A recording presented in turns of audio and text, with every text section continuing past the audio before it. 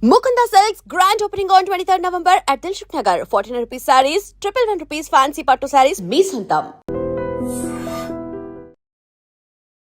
గీతా జయంతి అన్నారు కదా, గీతా జయంతి అంటే ఆ రోజు రచించడం జరిగిందా, చెప్పడం జరిగిందా, ఎందుకు అది గీతా జయంతిగా చెప్పబడింది? పుస్తకం పుట్టినరోజు చూసారా అండి?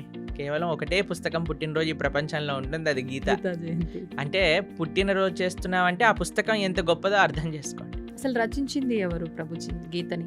కృష్ణుడు చెప్పాడు, వ్యాసుడు రచించాడు. అంటే విన్నది అర్జునుడు కదా.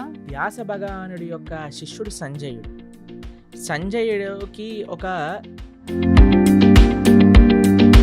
అంటే ఒక బోయవాడి చేతిలో విషపు బాణానికి మరణించాడు అని చెప్పి వింటూ ఉంటాం. అసలు కృష్ణుడు బోయవాడి చేతిలో చనిపోయాడు అనేది అబద్ధం. అబద్ధమా?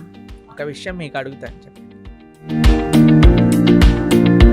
ప్రభుజీ, భగవంతుడు ఏదైనా ఆశిస్తాడు అంటే తను సృష్టించిన మనిషి నుంచి తాను ఏమైనా ఆశించడం అనేది జరుగుతుందంటారా? ఆశిస్తాడు. ఏం ఆశిస్తాడు ప్రభుజీ? ఒంటిపైకి దేవుడు వచ్చాడు అని అంటుంటారు, పూనకాలు ఇలాంటివి అంటుంటారు కదా ప్రభుజీ. నిజంగా భగవంతుడు ఉన్నా కూడా అలా మనిషి ఒంటిపైకి రావటం లాంటిది జరుగుతుందా? దయ్యం వస్తుంది కానీ దేవుడు రాడు.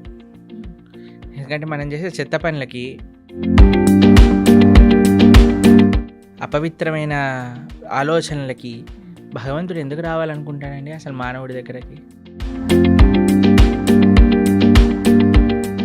నమస్కారం, వెల్కమ్ టు ఐ డ్రీమ్. ధర్మ మార్గం విత్ విజిత కార్యక్రమానికి స్వాగతం. భగవద్గీతని మించిన ఒక గొప్ప గ్రంథం అనేది లేదు. భగవద్గీతని గనక మనం పాటిస్తే, ఆచరిస్తే, చదివిన దాన్ని గనక మనం కరెక్ట్గా ఆచరిస్తే మన నిత్య జీవితంలో చాలా మార్పులు వస్తాయి. మన లైఫ్లో మార్పుల వల్ల మంచి మార్గంలో వెళ్ళొచ్చు, మోక్షాన్ని పొందొచ్చు. రకరకాలుగా మాట్లాడుకుంటూ ఉంటాం భగవద్గీత గురించి. అయితే నిజంగా భగవద్గీతలో ఏముంది, భగవద్గీత వల్ల మనం ఏం నేర్చుకోవచ్చు, ఇలాంటి విషయాలు ఇప్పుడు ప్రభుజీతో మాట్లాడి తెలుసుకుందాం. ప్రస్తుతం మనతో పాటు ఉన్నారు ఇస్కాన్ టెంపుల్ నుంచి ప్రణవానంద ప్రభుజీ గారు. ఇప్పుడు వారితో మాట్లాడి మరిన్ని విషయాలు తెలుసుకుందాం. మనకున్న సందేహాలన్నింటినీ కూడా నివృత్తి చేసుకునే ప్రయత్నం చేద్దాం. హరే కృష్ణ ప్రభుజీ. హరే కృష్ణ ప్రభుజీ. కృష్ణుడి విషయానికి వస్తే కృష్ణం వందే జగద్గురు అనే ఒక మాట ఎక్కువగా వినిపిస్తూ ఉంటుంది. అసలు దీన్ని ఏ విధంగా అర్థం చేసుకోవాలంటారు? కృష్ణుడు జగద్గురువులు గీతాచార్యులై అయ్యారు. వేదేశ్చ సర్వేర్ అహమేవ వేద్యో అని అంటారు. భగవంతుడి దగ్గర నుంచి అంత జ్ఞానము కూడా స్వామి దగ్గర నుంచే వస్తుంది. జ్ఞానానందమయం దేవం నిర్మల స్ఫటికాకృతిం ఆధారం సర్వ విద్యానాం హయగ్రీవం ఉపాస్మహే అని అంటారు. భగవంతుడి దగ్గర నుంచే బ్రహ్మగారికి జ్ఞానం వచ్చినది. బ్రహ్మగారు ఆ జ్ఞానాన్ని అందరికీ అందించారు. కాబట్టి అన్ని పరంపరలు కూడా సాక్షాత్తుగా నారాయణ నుంచే ప్రారంభం అవుతాయి. నారాయణ సమారంభం అని అంటామన్నమాట. కాబట్టి మనకి 5000 సంవత్సరాల క్రితం ఎప్పుడైతే కురుక్షేత్ర యుద్ధం జరిగింది, ధర్మక్షేత్రే కురుక్షేత్రే సమవేతాయుత్సవ మామకః పాండవాశ్చైవ కిమకర్వత సంజయ.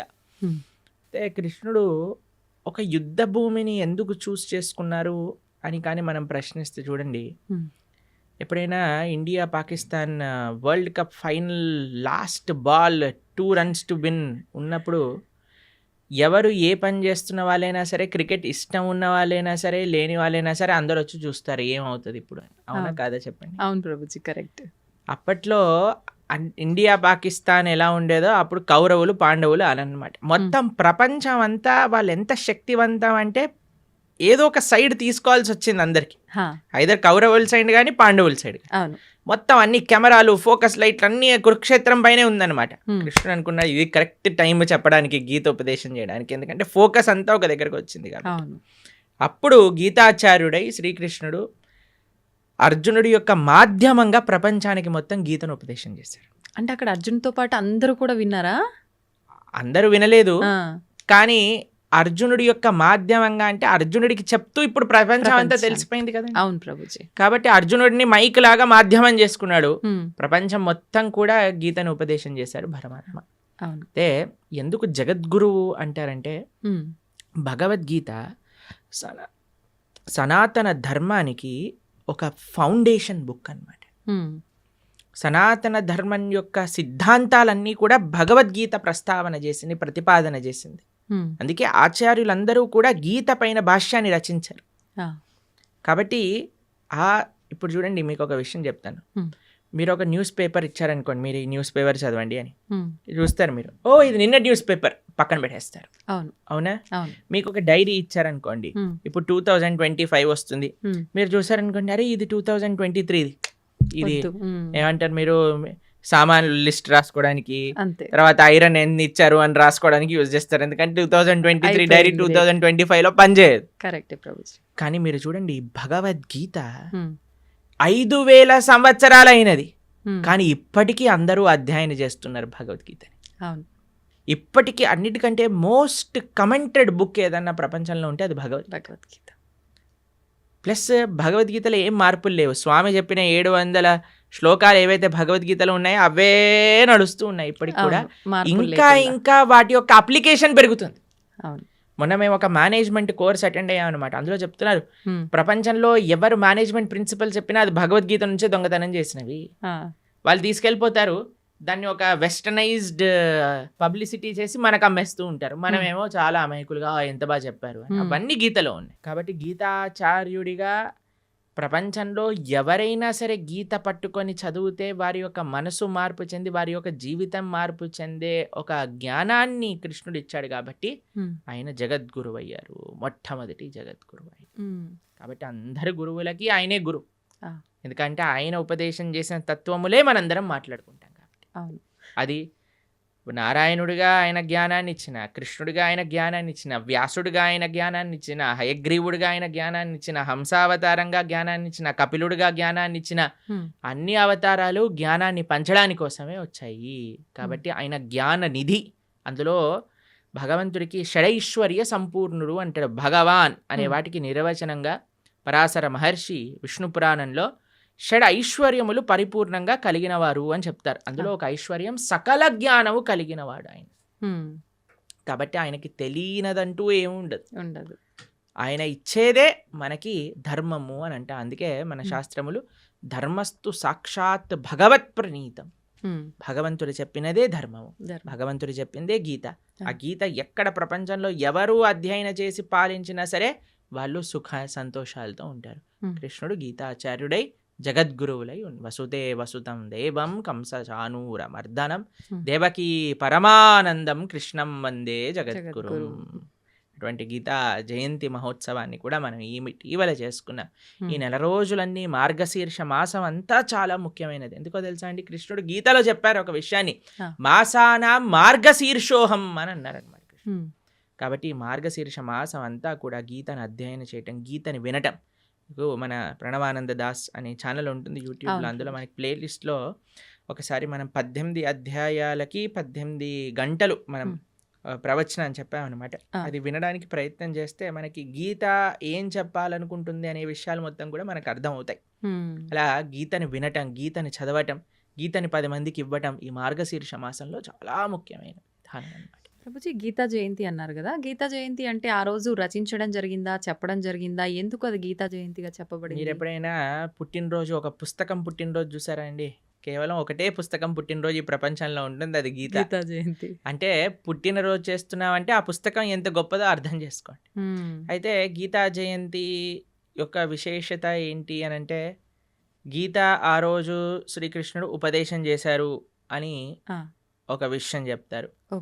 లేదు, అమావాస్య రోజు ఉపదేశం చేశారు, సంజయుడు దాన్ని ప్రతిపాదన చేశారు ధృతరాష్ట్రుడికి, అది ఏకాదశి రోజు అని కూడా విషయం చెప్తారు. కానీ గీత ప్రకాశితమైన రోజు ఇది మనం తెలుసుకోవాలి. అర్జునుడికి కృష్ణుడు ఉపదేశం చేసిన రోజు గీతా జయంతి. అసలు రచించింది ఎవరు ప్రభుజీ గీతని? కృష్ణుడు చెప్పాడు, వ్యాసుడు రచించాడు. అంటే విన్నది అర్జునుడు కదా, మళ్ళీ అంటే వ్యాస భగవానుడికి ఇప్పుడు వ్యాస భగవానుడి యొక్క శిష్యుడు సంజయుడు. సంజయుడికి ఒక వరం ఇస్తాడనమాట వేదవ్యాసుడు. నువ్వు ఎక్కడున్న విషయమైనా సరే నీకు కనిపిస్తుంది, నీకు అది అర్థమవుతుంది అని. ఎందుకంటే ధృతరాష్ట్రుడికి చెప్పాలి, మామక పాండవైశ్చైవ కిమ కుర్వత సంజయ్, ఏం చేస్తున్నారు వాళ్ళు అని సంజయుడిని అడిగాడు. సంజయుడు ఆ దివ్య దృష్టితో చూశాడు. కృష్ణుడు అర్జునుడికి చెప్పిన విషయాలన్నీ కూడా సంజయుడు ధారణ చేసి ధృతరాష్ట్రుడికి చెప్పాడు. సంజయుడు మాధ్యమంగా వేదవ్యాసుడికి తెలిసి వేదవ్యాసుడు కూడా రచించాడు. కాబట్టి మహాభారతము వేదవ్యాస లిఖితం. Hmm. అందులో కృష్ణుడు ఉపదేశం చేసిన భగవద్గీత మధ్యలో పొందపరుచుంది అనమాట. కాబట్టి భగవద్గీత అటు శృతి ఇటు స్మృతి అపౌరుషేయము లిఖించబడినది. రెండు కూడా విశేషమైన లక్షణం భగవద్గీతకి. అయితే ఇప్పుడు మనందరం చూస్తున్నది తెలుగులో మనకు కనిపిస్తుంది గీత అనంటే. ముందుగా రచించింది సంస్కృతంలోనేనా ప్రభుజీ? సంస్కృతంలో ఉన్నప్పుడు అంటే ఎవరంటే వాళ్ళు చదవడానికి అంటే బ్రహ్మాండంగా గీతని ఎవరైనా చదువుకోవచ్చు. చిన్నపిల్లలు, స్త్రీలు, వృద్ధులు, పురుషులు ఎవరైనా సరే గీత అధ్యయనం చేసుకోవచ్చు, బ్రహ్మాండంగా చదువుకోవచ్చు. ఇలా ప్రభుపాదుల వారి దయ వల్ల ఆయన ఏం చేశారంటే గీత యొక్క యాక్సెసిబిలిటీ ఎలా పెంచారు అని అంటే ఏ లాంగ్వేజ్ సుమారుగా 70 కంటే ఎక్కువ లాంగ్వేజెస్లో శ్రీల ప్రభుపాదుల వారి యొక్క భగవద్గీత ట్రాన్స్లేట్ చేయబడింది. ఇంకో విషయం చెప్తాను, లాస్ట్ 50 yearsలో 55 కోట్ల గీత పుస్తకాలు వితరణ చేసింది ఇస్కాన్. 55 కోట్ల పుస్తకములు వితరణ చేశారు ప్రపంచవ్యాప్తంగా. అది గొప్ప విషయం అన్నమాట. కాబట్టి అలా మనం ఈ గీతా వితర అనేది చాలా ముఖ్యమైన సేవ. కాబట్టి మీరు ఏ లాంగ్వేజ్లో శ్రీల ప్రభుపాదుల భగవద్గీత యథాతథం అని మీరు టైప్ చేశారనుకోండి, మీకు ఈజీగా లభించేస్తుంది. దాన్ని చక్కగా మనం చదువుకోవటమే. అది తెలుగులో అంటే తెలుగులో, ఇంగ్లీష్లో అంటే ఇంగ్లీష్లో, హిందీలో అంటే హిందీలో, అన్నిట్లో ఉంది. ఇప్పుడు గీతని అంటే దానం చేయొచ్చా ప్రభుజీ? ఎవరికి దానం చేయొచ్చు అంటారు? ఒకవేళ దానం మన ఇంట్లో ఉండే పుస్తకాన్ని దానం చేసేయకూడదు. మన ఇంట్లో ఉండే పుస్తకాన్ని మనం చదువుకుంటూ ఇంకో పుస్తకాన్ని తీసి దానం చేయొచ్చు. ఇప్పుడు చూడండి, అందరికి ఒక క్రేజ్ పెరిగిపోయింది ఈ మధ్యలో రిటర్న్ గిఫ్ట్స్ అని. సరే, మీరు ఏ చిన్న ఫంక్షన్ చేసినా సరే రిటర్న్ గిఫ్ట్ ఇవ్వాలి.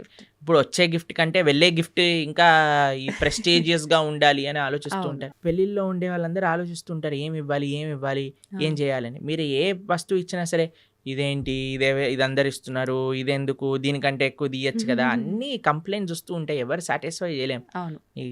నా పర్సనల్ సజెషన్ ఏంటి అంటే, సనాతన ధర్మంలో ఉండే వాళ్ళు ఎవరైతే వివాహం చేసుకుంటారో రిటర్న్ గిఫ్ట్గా అందరికి ఒక గీతా పుస్తకాన్ని ఇవ్వండి. మంచి సలహా ప్రభుజీ.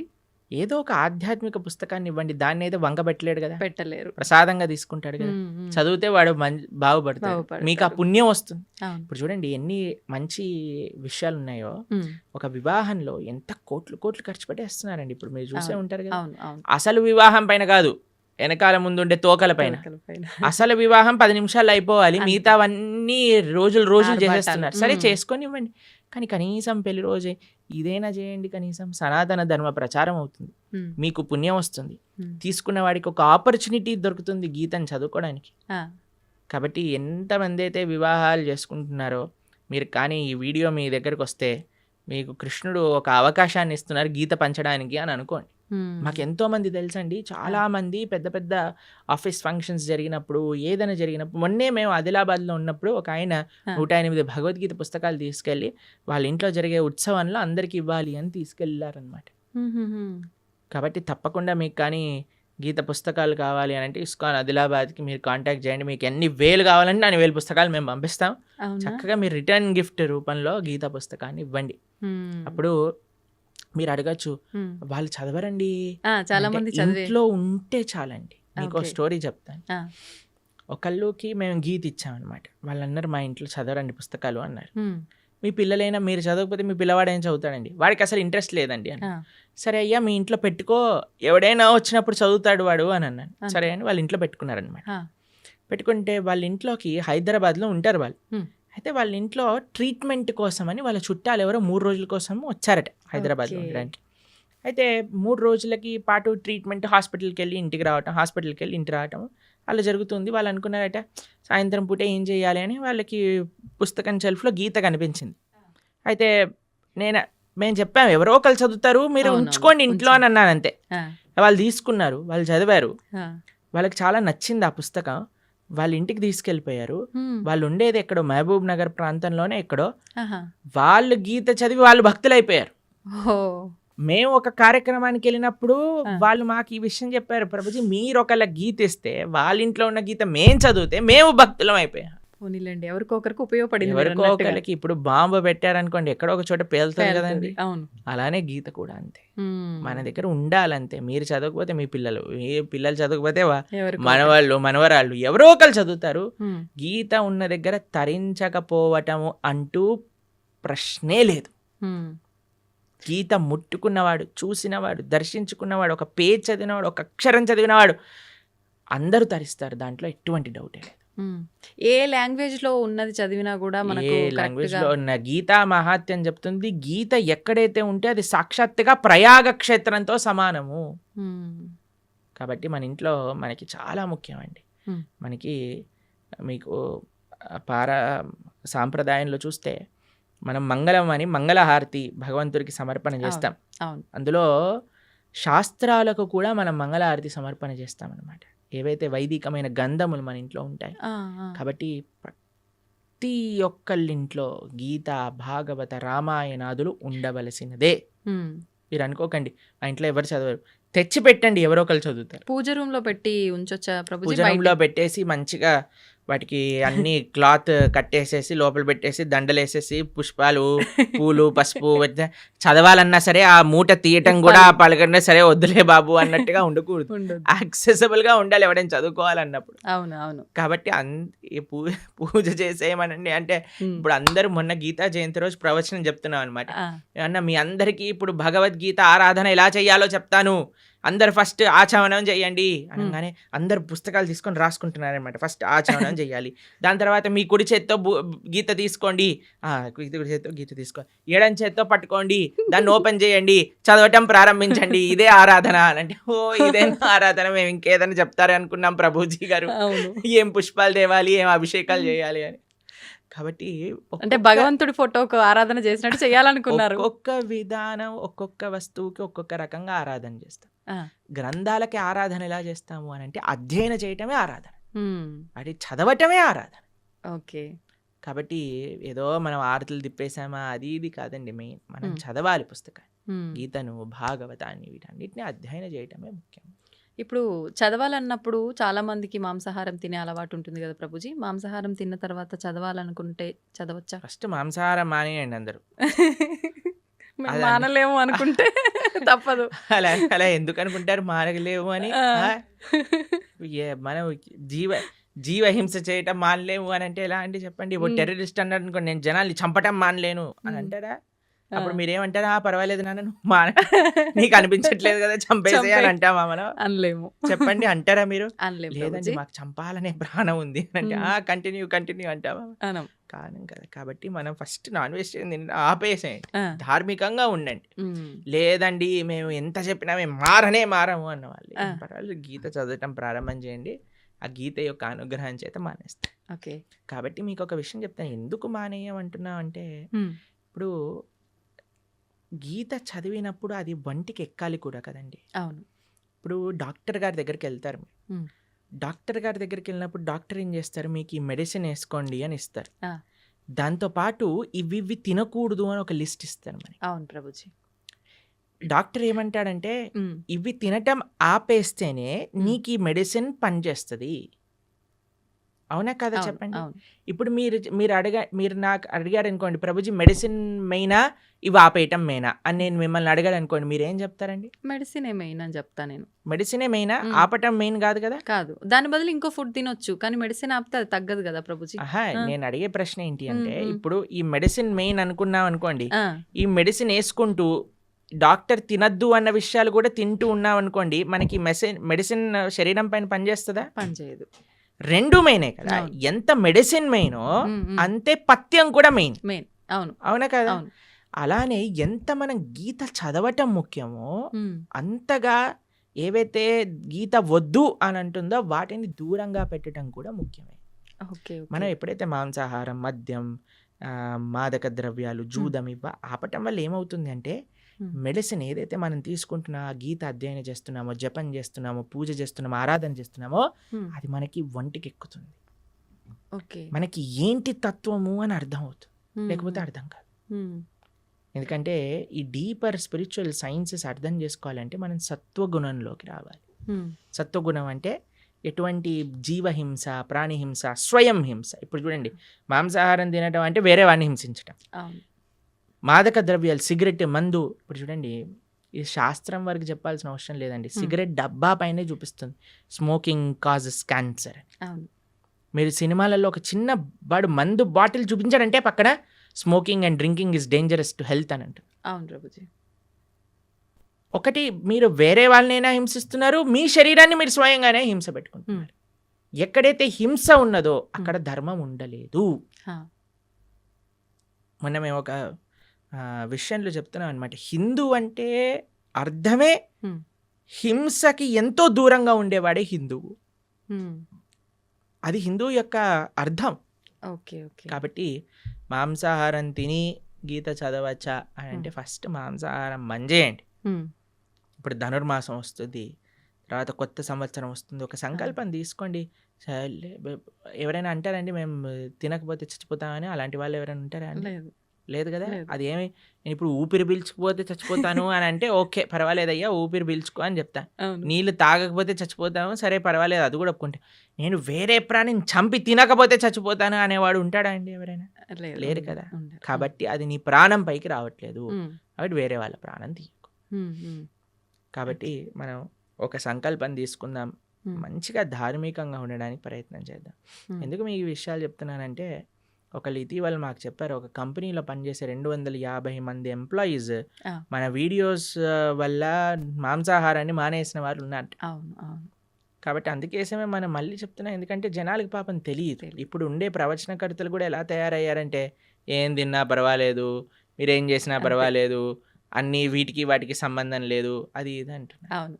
కానీ అలాంటి వాళ్ళు ఉన్నప్పుడు మనకి ధర్మం ఏంటో తెలిసినప్పుడు మనం కరెక్ట్గా చెప్పాలి కదా, అది మన కర్తవ్యం కదండి.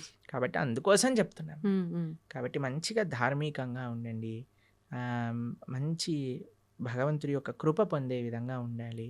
కాబట్టి గీత చదవండి. గీత చదివిన విషయాలు ఎప్పుడైతే మనం అర్థం చేసుకుంటామో అప్పుడు మన చెడు అలవాట్లన్నీ కూడా ఒకదాని తర్వాత ఒకటి పోతాయి, దాంట్లో ఎటువంటి సందేహం లేదు. ప్రభుజీ, ఇప్పుడు ఆహార నియమాలు అయితే పాటించాలి ఆధ్యాత్మికంగా మనం ఉన్నప్పుడు, మన ధర్మ ప్రకారంగా శాస్త్రంలో ఏం చెప్పబడిందో అని అన్నారు. అయితే ఆహార నియమాలు పాటించడం వరకు ఓకే, కానీ ఆహారం కూడా తినకుండా, అంటే ఉపవాసం తినకుండా పూజలు చేయమని అలా ఉందా మన ధర్మంలో? అంటే ఏం చెప్తారు? మీకు విషయం తెలుసా, ఇప్పుడు పెద్ద థియరీ నడుస్తుంది, మీరు ఇంటర్నెట్లో చూడండి ఈ విషయం గురించి. ఎంత మనం తక్కువ తింటే అంత మన ఆరోగ్యం బాగుంటుంది. అవును. మీకు ఒక సైంటిస్ట్, అవార్డ్ విన్నింగ్ సైంటిస్ట్ ప్రతిపాదన చేసింది, 15 రోజులకు ఒకసారి కానీ ఉపవాసం ఉంటే క్యాన్సర్ని మొత్తం క్యాన్సర్ సెల్స్ని తినేస్తుంది బాడీ అని, ఫుల్ బాడీ డీటాక్స్ అయిపోతుంది అని. 15 రోజులకు ఒకసారి వచ్చేది ఏకాదశి. మనం ఏకాదశి ఉపవాసం ఉండండి రా అంటే దేవుడు అలా ఉండమన్నాడా, ఇది చేయమన్నాడా అని అంటారు. కానీ వెస్టర్న్ సైంటిస్ట్ వచ్చి do this fasting and you will be cancer cells will be gone అనగానే ఓ వా అని అంటారు మన వాళ్ళు. అది మన దగ్గర ఉండే ఒక మూర్ఖత్వం అంటారు చూడండి, అమాయకత్వము, అజ్ఞానము అని అనొచ్చు మనం. కాబట్టి మన శాస్త్రం ఏదైతే చెప్తుందో అది జాగ్రత్తగా ఆచరించటం వల్ల మనకు తెలుస్తుంది. ప్రతిదీ ప్రశ్నించాల్సిన అవసరం లేదండి. మనం ఏం చేయాలంటే ఫస్ట్ ఆచరించాలి. ఇప్పుడు మీకు స్కూల్లో అడ్మిషన్ ఇచ్చారనుకోండి, యూనిఫామ్ వేసుకోండి, సాక్స్ ఈ కలర్లో ఉండాలి, షూస్ ఇలా ఉండాలి, పాలిష్ చేసుకొని రావాలి, హెయిర్ స్టైల్ ఇలా ఉండాలి, ఆడపిల్లలు అయితే జడ వేసుకొని రావాలి అని చెప్తారు. ఎందుకు జడ వేసుకోవాలి, ఎందుకు యూనిఫామ్ వేసుకోవాలి, ఎందుకు షూ పాలిష్ చేసుకోవాలి, ఇవన్నీ అడగం, చెప్పింది చేస్తాం. చెప్పినప్పుడు స్కూల్లోకి వెళ్ళినప్పుడు ఓ ఇది అందరూ కామన్గా ఉండడానికి, ఇది డిసిప్లిన్ ఉండడానికి, మనకి బాధ్యత నేర్పించడానికి, క్లీన్లీనెస్ నేర్పించడానికి, ఒక యునైటెడ్ కాన్షియస్నెస్ రావడానికి, ఇవన్నీ ఎప్పుడు వస్తాయి? ఆచరిస్తూ ఉన్నప్పుడు, 10 మందిని చూస్తున్నప్పుడు వస్తాయి. కానీ మన లోపల ఏమైపోయింది, ఫస్ట్ ఏం చేయాలన్నా సరే ప్రశ్నించడం ప్రారంభం చేసాం. ఇది చేయండి రా, ఎందుకు చేయాలి, ఇది చేస్తేనే దేవుడు కరుణిస్తాడా, ఇది చేస్తేనే ఇది అవుతుందా, లేకపోతే అవ్వదా? ప్రతిదానికి ఆన్సర్ ఉంటుందండి. కానీ ఎవరికి చెప్తాము? ఎవరైతే వినయంగా ఆచరిస్తున్నారో అటువంటి వారికి చెప్పచ్చు, మూర్ఖంగా వాదించే వాడికి చెప్పలేము. కాబట్టి ఉపవాసం ఎందుకోసము, ఇలా వ్రతం ఎందుకోసము, లేదా ఒక పూజా విధానం ఎందుకోసము అని అంటే అది మనల్ని భగవంతుడి దగ్గరికి తీసుకెళ్తుంది, భగవత్ ప్రీత్యర్థం.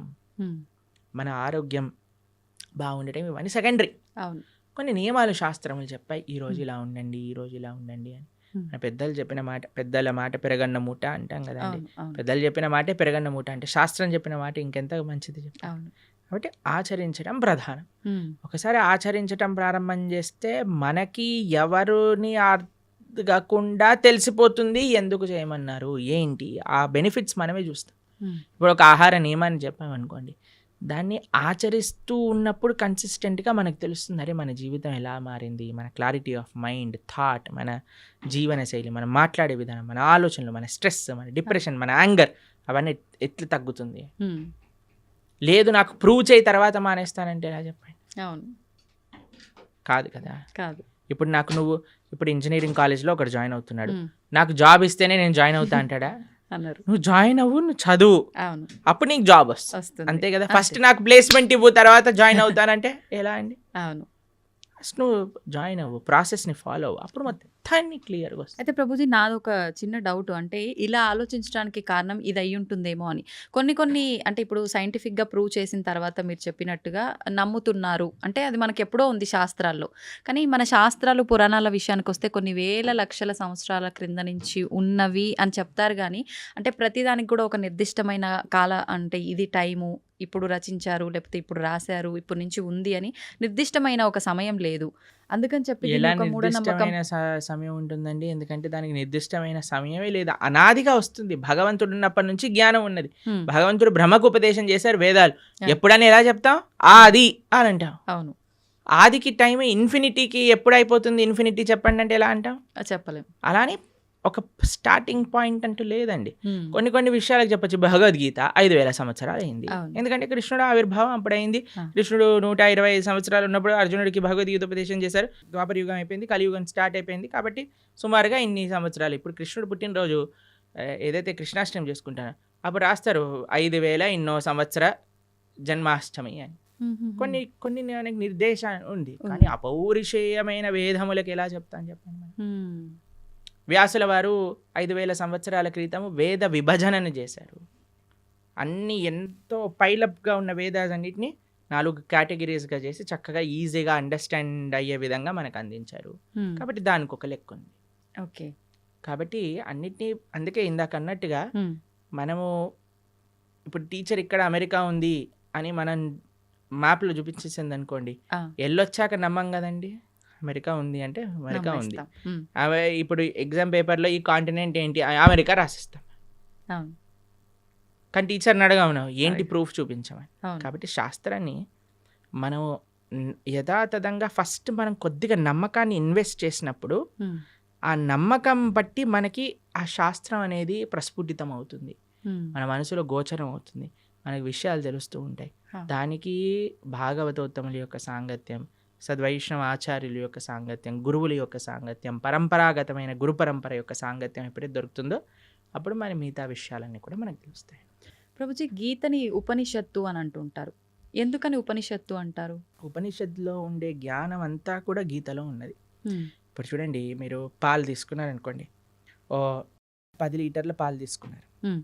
దాన్ని బాగా మీరు వేడి చేస్తూ ఉన్నారనుకోండి, కొద్దిసేపు అయ్యాక ఎర్రగా మారుతాయి. అవును. దాని తర్వాత ఇంకా చాలా కండెన్స్ అయిపోతుంది. దాన్ని రబడీ అంటారు. హ్మ్. తెలుసా మీరు రబడీ తిన్నారా ఎప్పుడైనా? రబడీ చాలా కండెన్స్ అయిపోయింది అనుకోండి, ఖోవా అయిపోతుంది. ఆహా. ఖోవాతో బిల్లలు చేశారనుకోండి, చాలా అద్భుతంగా ఉంటుంది. ఖోవా బిల్లలు తిన్నారా అవును, ఎప్పుడైనా? తిన్నాను. చూడండి, ఇంత పాలు హ్మ్. కండెన్స్ అయ్యి రబడీ అయ్యి, రబడీ కండెన్స్ అయితే కోవా బిల్లలు కోవా. అయ్యాను అనుకోండి, ఎంత స్వీట్గా ఉంటుంది. అవును. అలా శాస్త్రములు ఎన్నో ఉన్నాయి. వాటి యొక్క సారాంశం ఉపనిషత్తులు. హ్మ్. ఉపనిషత్తుల యొక్క సారాంశం గీత. ఓకే. సర్వోపనిషదో గావో దోగ్ధా గోపాలనందన. హ్మ్. అన్ని ఉపనిషత్తులు కూడా సర్వోపనిషదో గావు, హ్మ్. అన్ని ఉపనిషత్తులు కలిపి ఒక ఆవు అనుకుంటే, దుగ్ధా గోపాలనందన ఆ ఆవు యొక్క పాలు ప్రీతికి హ్మ్. పార్థో వత్సః అంటే అర్జునుడు ఒక దూడగా చేసుకొని హ్మ్. మన కోసం అందించిన పాలే గీత. గీతామృతం మహత్ అని. హ్మ్.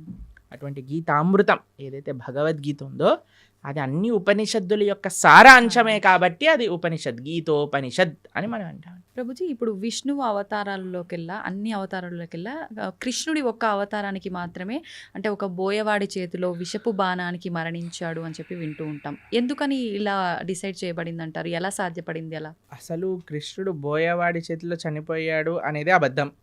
అబద్ధమా? మరి ఒక విషయం మీకు అడుగుతాను చెప్పి.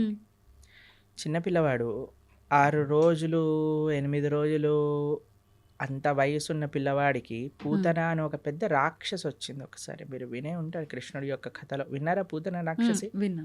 21 మైళ్ళు ఉండేది ఆ రాక్షసి. ఎంత పిల్లవాడు 6 రోజులు అటువంటి పిల్లవాడిని పట్టుకొని అలాంటి పూతన సంహారం 6 రోజులకి చేసిన కృష్ణుడు. 21 మైలుండే రాక్షసి తృణావర్త, శకటాసుర, కేశి, అరుష్టాసుర, ప్రలంబాసుర, వత్సాసుర, ధేనుకాసుర, ఇలాంటి అసురులందరినీ, అఘాసుర, వ్యోమాసుర, ఇటువంటి అసురులందరినీ చిన్న వయసులో చిన్న పిల్లవాడు ఇలా బొమ్మలతో ఆడినట్టుగా, చిన్నపిల్లలు యానిమల్ బొమ్మలను ఆడతారు చూడండి, అవి చిన్న పిల్లవాడు తీసుకొని ఇలా పడేశాడు అనుకోండి, ఆ డైనోసారస్ వెళ్ళి అలా గోడకి ఎత్తుక్కుంటుంది. అలా చిన్నపిల్లలు ఇంత దేవతలందరూ, బ్రహ్మాది దేవతలందరూ వణికిపోయి అసురులందరూ చిన్నపిల్లవాడిగా కృష్ణుడు సంహరించేశాడు. కాళీయ అనే విషపూరితమైన సర్పం పైన నృత్యం చేసి కాళీయుడిని తరింపజేశాడు ఆయన. కస్యానుభావో నదేవ విద్మహే తవాంగ్రిరేణు స్పర్శాధికార.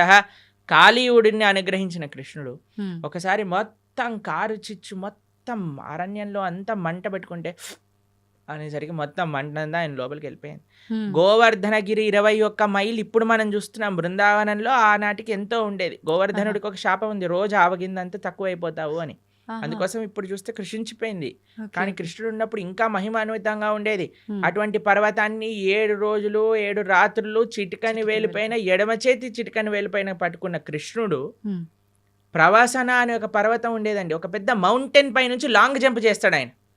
లాంగ్ జంప్ చేసినప్పుడు సేఫ్ ల్యాండింగ్ అవుతుంది ఆయనకి. మీకు ఇంకో విషయం చెప్తాను. యమలోకానికి వెళ్ళి వాళ్ళ గురువు గారి యొక్క శిష్యుని పట్టుకొని వస్తాడు కృష్ణుడు. అటువంటి శిష్యుడికి ఎప్పుడైతే కృష్ణుడు వెళ్ళి యమలోకంలో శంఖం పూరించాడో, యమధర్మరాజు పరిగెత్తుకుంటూ వచ్చి, అయ్యా నీకేం కావాలో చెప్పు అనగానే, మా గురువు గారి శిష్యుని వదిలేసి అనగానే తీసుకొచ్చి, అయ్యా తీసుకోండి, నువ్వే ప్రపంచానికి సొత్తు, నువ్వేం కావాలన్నా ఇస్తాను అని యమధర్మరాజు ఇచ్చేసి. అటువంటి కృష్ణుడికి ఒక బోయవాడు బాణాన్ని పాదాలకు మీరు ఒకసారి ఆలోచన చేయండి. ఒక పాదానికి, ఒక ఫీట్కి ఎవరికైనా బుల్లెట్ తగిలింది అనుకోండి, చనిపోతాడా? చనిపోరు. కాకపోతే కాలు మన సీరియళ్లలో పాయింట్ బ్లాక్ లో బుల్లెట్ పోయినా సరే వాడు నెక్స్ట్ మినిట్ వాళ్ళ భార్య ప్రార్థన చేయగానే లేచి నించుంటాడు. అలాంటిది పరమాత్మ, భగవంతుడైన శ్రీకృష్ణ పరమాత్మ కాలికి ఒక బాణం తలిగితే చనిపోతారు అని అంటే ఎలా మనం నమ్మగలుగుతాం చెప్పండి? ఎటువంటి స్వామి. మీకు విషయం చెప్తాను, అందుకే శాస్త్రాన్ని చదవాలి. ఇన్స్టాగ్రామ్ రీళ్ళు అవి ఇవి చూడకూడదు. భాగవతం ఏం చెప్తుంది అంటే, కృష్ణుడు అలా ఒక పెద్ద చెట్టు కింద శంఖచక్ర గదా పద్మములతో ఇలా విశ్రమించి ఉన్నాడు. దూరం నుంచి ఒక బోయవాడు చూశాడు కృష్ణుడిని. కృష్ణుడి యొక్క పాదము ఆయనకి ఒక జింక చెవిలా కనిపించింది అన్నమాట. అయితే దూరం నుంచి ఆయన బాణం వేశాడు. ఆ బాణం వచ్చి కృష్ణుడికి తలిగింది. తర్వాత ఆ బోయవాడు వచ్చాడు. ఇప్పుడు బాణం వేసాక చూస్తాడు కదండి, గురి తలిగిందా, ప్రాణం చూసుకోవచ్చు అని కృష్ణుడి దగ్గరికి వస్తాడు. ఓ కృష్ణ పరమాత్మ సాక్షాత్తుగా కృష్ణుడు అని దర్శిస్తాడు. 3 ప్రదక్షిణలు చేస్తాడు కృష్ణుడికి. కృష్ణుడు అంటే, అయ్యా నీకు మోక్షాన్ని ఇచ్చేస్తున్నాను అని, నువ్వు నా విరమణ చేసే నేను లీలలో, నా అంతర్ధానం అయ్యే లీలలో నువ్వు కూడా నీ యొక్క కాంట్రిబ్యూషన్ ఇచ్చావు కాబట్టి నీకు మోక్షాన్ని షూట్ చేసిన వాడేమో మోక్షానికి ఇచ్చేసాడు ఆయన, ఈయనేమో శరీరాన్ని విడిచిపెట్టేశారంటే ఎంత విచిత్రం చూడండి. దాని తర్వాత ఏదో ఆ బాణం అలానే ఉంది. స్వామి అన్నీ తన ఇంకా అవతార పరిసమాప్తి చెయ్యాలి అని అనుకునే సమయంలో దేవతలందరూ, వారి కోసం కదండి కృష్ణుడు ఆవిర్భవించింది, అందరు దేవతలు వచ్చి పైనుంచి పుష్పవృష్టి కురిపిస్తున్నారనమాట. తండ్రి నా కోసం నువ్వు అవతరించావు, కృతజ్ఞతలు కృతజ్ఞతలు అని అందరూ కృష్ణుని స్తోత్రం చేస్తుంటే, కృష్ణో స్వదాగోపకతే ధర్మ జ్ఞానాభి సహ, కృష్ణుడు శరీరాన్ని వదిలేసి ఇక్కడ ఏదో తర్వాత ఆయన ఆత్మ పైకి వెళ్ళిపోయింది అలాంటిది ఏం ఉండదండి. ఆయన స్వయంగా శరీరం పూర్తి శ్రీకృష్ణ పరమాత్మ, ఆయనకి ఆత్మ వేరు శరీరం వేరు కాదండి. కృష్ణుడు మనలాగా జీవుడు పంచభౌతికమైన దేహం కాదండి. జన్మ కర్మచ మే దివ్యం. ఆయన జన్మా దివ్యం, ఆయన కర్మా దివ్యం, ఆయన శరీరం దివ్యం. ఆయన ఎలా అయితే ఆ చెట్టు కింద కూర్చున్నారో అలానే శరీరంగా ఆయన యొక్క ధామానికి చేరుకున్నారు కృష్ణ పరమాత్మ. ఎప్పుడు ఆయన అవతార పరిసమాప్తి చెయ్యాలి ఆయన ఆ సంకల్పం చేసేసుకున్నప్పుడు. కాబట్టి ఆ బోయవాడి చేతితో చనిపోయాడు అనేది పెద్ద అబద్ధం. ఇప్పుడు ఇక్కడ అంటే ఈయనకు మోక్షం కల్పించడం కోసమే ఆ బాణం తగలడమా ప్రభుజీ? లేదంటే రాముడు వాలిని చెట్టు చాటు అది నుంచి కూడా అబద్ధమే. చంపటము ఇదంతా? ఎందుకంటే వాలి చనిపోయే ముందు రాముడికి క్షమాపణ అడిగి అయ్యా నువ్వు చేసింది ధర్మమే హ్మ్. అని వాళ్ళ కుమారుడిని రాముడికి సరెండర్ చేయించి వెళ్ళిపోతాడు. హుహు. కాబట్టి భగవంతుడికి మనలాగా every action as equal and opposite reaction లాంటి ఉండదు. స్వామి దగ్గర పనిచేయవండి. ఓకే. కానీ ప్రతి స్వామికి ఒక్కరు కర్మ ఉండదు. అదే అదే ఉదాహరణగా అంటున్నా కదా, తీసుకుంటారు. మనకి హ్మ్. మనం WhatsApp university, Instagram college, Facebook tuitions ఇవన్నీ తీసుకుంటాం కాబట్టి మనం ఇలా తయారయ్యాం. హ్మ్. హ్మ్. కానీ శాస్త్రంగా అర్థం చేసుకోవాలి మనం. హ్మ్. కావున కృష్ణుడికి భగవంతుడికి పుట్టుక ఉండదు, భగవంతుడికి మరణం ఉండదు. ప్రభుజీ ఇప్పుడు మనకున్న 4 యుగాల్లో ప్రస్తుతం కలియుగంలో ఉన్నాము. అయితే కలి ప్రభావం వల్ల రకరకాల పాపాలు పెరిగిపోతున్నాయి. అది కలి ధర్మం అంటుంటారు. మరి ఈ కలియుగంలో మన అంటే తప్పు ఒప్పులని, మన కర్మలని తప్పించుకునే శక్తి మనకుందంటారా? కలో దోష నిధేరాజన్ అస్తి ఏకోన్ మహాన్ గుణాన్ కీర్తనాదేవ కృష్ణస్య ముక్త సంగపరం రజేత్ అని మన శాస్త్రం చెప్తుంది. హ్మ్. కలియుగంలో మీరు చెప్పినట్టుగా దోషాల నిధి. ఇంకా మీకు ఒక విషయం చెప్పనండి, కలియుగం స్టార్టే అవ్వలేదు. ఆ! ఇది ఇంకా యుగ సంధి కాలము అని అంటారు. మొట్టమొదటి 5,000 సంవత్సరములు, హ్మ్. 5,000 సంవత్సరములు, 6,000 సంవత్సరాలు అలా చేంజ్ అన్నమాట. బ్రిడ్జ్ టైం ఇది. అంటే ఆహా. ద్వాపేవ కేవలం కలోర్నాస్తైవ నాస్తైవ నాస్తైవ గతిరన్యదా. ఇది శాస్త్రం చెప్పింది. ఈ కలియుగంలో తరించడానికి ఇంకొక మార్గం లేదు. హ్మ్. హరినామమే మనకి శరణు. యదాప్నోతి తదాప్నోతి కలౌ సంకీర్త కేశవం అని అంట. ఆ. మిగతా యుగములలో చేసే దాన తప కర్మ క్రియలు అన్నిటి యొక్క ఫలితము కూడా కలియుగంలో కేవలం భగవన్నామం జపం చేయటం చేత వచ్చేస్తాయి. యదాప్నోతి తదాప్నోతి కలౌ సంకీర్త కేశవం. ఆ కృష్ణుడి యొక్క నామస్మరణ అన్నిటికంటే గొప్పది. హ్మ్. కాబట్టి ఎన్ని రకాల ఆపదలు మనకున్నాయన్నా, ఎన్ని రకాల డిస్ట్రాక్షన్స్ ఉన్నాయన్నా, ఎవరైతే భగవన్నామాన్ని పట్టుకుంటాడో వాడికి ఎటువంటి తిరుగు లేనే లేదు. ప్రభుజీ భగవంతుడు ఏదైనా ఆశిస్తాడు అంటే తను సృష్టించిన మనిషి నుంచి తాను ఏమైనా ఆశించడం అనేది జరుగుతుందంటారా? ఆశిస్తాడు. ఏం ఆశిస్తాడు ఏ ప్రభుజీ? వస్తువుని ఆశించడు, హ్మ్. మనస్సుని ఆశిస్తాడు. భగవంతుడికి ఏమీ అవసరం లేదు. భగవాన్ అని ఆయన అంటారు, ఏది భగవంతుడికి అవసరం లేదు. ప్రభుజీ ఆధ్యాత్మిక మార్గం వైపు వెళ్తే మనకు అన్ని రకాలుగా బాగుంటుంది, భగవంతుడి దగ్గరికి మనం వెళ్ళొచ్చు, మోక్షం పొందొచ్చు అని చెప్పి మాట్లాడుకుంటూ ఉంటాం. అయితే ప్రభుజీ చాలామంది ఆధ్యాత్మిక మార్గం వైపు వెళ్ళినా, ఎన్ని పూజలు చేసినా, ఎన్ని పుణ్యక్షేత్రాలు చేసినా వాళ్ళకున్న ఒత్తిళ్ళు మాత్రం అలానే ఉంటుంటాయి. మరి భగవంతుడి సేవలో ఉన్నప్పుడు, భగవంతుడి మార్గంలో ఉన్నప్పుడు ఒత్తిళ్ళు ఎందుకుంటాయి? విముక్తి పొందాలి కదా ప్రభుజీ వాటి నుంచి. ఒక విషయం చెప్తాను మీకు. భగవంతుడి యొక్క సేవ వేరు, కోరికలతో భగవంతుడికి చేసే పూజలు వేరు. ఓకే. మనకి ఒత్తిడి పోవాలి అని అంటే ఫస్ట్ మన మనసులో ఉండే భారాలు ఏవైతే ఉన్నాయో అవి తగ్గించుకోవాలి. మీకు ఒక చిన్న విషయం చెప్తాను, అప్పుడు మీకు అర్థమవుతుంది. అలెగ్జాండర్ ది గ్రేట్ భారతదేశానికి వచ్చినప్పుడు ఒక సాధువు ఒంటిపైన బట్టలు కూడా లేవట, ఇలా కూర్చొని ధ్యానం చేస్తూ ఆనందంగా నిమగ్నం అయిపోయి ఉన్నారనమాట. అయితే ఈ సాధువు అలెగ్జాండర్ని చూసి నించోని కూడా నించోలేదట. అయితే ఆయనకు చాలా కోపం వచ్చింది. అదేంటి, నేను ఇంత పెద్ద రాజును వస్తే నించోవట్లేదేంటి అని ఆయన ఏం చేశారు, ఒక వ్యక్తిని పంపించారు. ఆయన నించోమని చెప్పు అని అన్నారనమాట. ఆయన వెళ్ళారు. నేను ఎందుకు నించుంటా అని అన్నాడు. ఈయన హాయిగా అలా మళ్ళీ తపస్సు చేసుకుంటున్నాడు అనమాట. అలెగ్జాండర్ స్వయంగా వచ్చారు ఆయన దగ్గరికి. వచ్చి ఆయనతో అన్నారట, అయ్యా నా దగ్గర ఇంత సామ్రాజ్యం ఉంది, అయినా సరే నాకు భారంగా ఉన్నది, నీ దగ్గర బట్టలు కూడా లేవు, అయినా సరే నువ్వు ఇంత ఆనందంగా ఎలా ఉన్నావు, ఇంత ఆనందం నీ ముఖంలోనే కనిపిస్తూ ఉంది, ఎందుకింత వర్చస్సు, ఎందుకింత తేజస్సు, ఎందుకింత ఆనందం నీ దగ్గర ఉంది అని అడిగారట. అయితే ఈయన అన్నారట, ఒక చిన్న రాయి, ఇంతే రాయి కింద నుంచి తీసుకొని అలెగ్జాండర్ని అన్నారట, ఇది నువ్వు పట్టుకోవచ్చా? అయితే అలెగ్జాండర్ అన్నారట, ఇంత చిన్న రాయి పట్టుకోవటంలో నాకేముంది, పట్టుకుంటాను, ఇవ్వండి అని చేతిలో పెట్టాడు. అలానే పట్టుకొని ఉంచు అని అన్నారట. ఇలా పట్టుకున్నారు. గంట సేపు అయింది, 2 గంటలు అయింది, 3 గంటలు అయింది. అలా టైం పెరుగుతూ ఉండేసరికి ఆయన చేతి మొత్తం కూడా ఎంత హెవీగా అనిపించిందంటే అంత హెవీగా లాస్ట్ కింద పడేశారు. అమ్మో నేను ఇంకా పట్టుకోలేను, అదేంటి ఇంత చిన్న రాయి నేను పట్టుకుంటాను, అది చేస్తా ఇంచేస్తాను అన్నావు కదా, ఇప్పుడేమైంది అని అంటే, అమ్మో చాలా కష్టం, చాలా కష్టం. సరే ఒక చిన్న రాయే కొద్దిసేపటి తర్వాత ఎంత భారంగా మారిపోయింది మనకి. నిజమే. కానీ మనము భగవంతుడి దగ్గరికి ఎందుకు వెళ్తున్నాము? అయ్యా నాకు కొత్త కారు కొని ఇచ్చేసేయి, నాకు కొత్త ఇల్లు కొని ఇచ్చేసేయి, నాకు తొందరగా పెళ్ళి అయిపోవాలి, నాకు పిల్లలు కలగాలి, నాకు ఇంత ఆస్తి రావాలి, నాకు అది కావాలి ఇది కావాలి అని ఇంకా భారాలు అడగడానికి మనం భగవంతుడి దగ్గరికి వెళ్ళామనుకోండి, ఎప్పుడు మనం ప్రశాంతంగా ఉండలేం. కానీ అదే స్వామి నిస్వార్థమైన ప్రేమతో భక్తితో, భక్తి వేరు కోరికలు కోరటం వేరండి. ఎప్పటి వరకైతే మనం భగవంతుడి నుంచి కోరికలు కోరుతామో అది భక్తి కాదు. అంటే మనసులో ఎటువంటివి లేకుండా నిస్వార్థమైన భావనతో భగవంతుడి పట్ల ప్రేమతో కానీ మనం వెళ్తే అటువంటి వాడు ఎన్నటికీ కూడా ప్రశాంతత లేకుండా ఉండలేడు. ఆయనకి తప్పక ప్రశాంతత ఉంటుంది.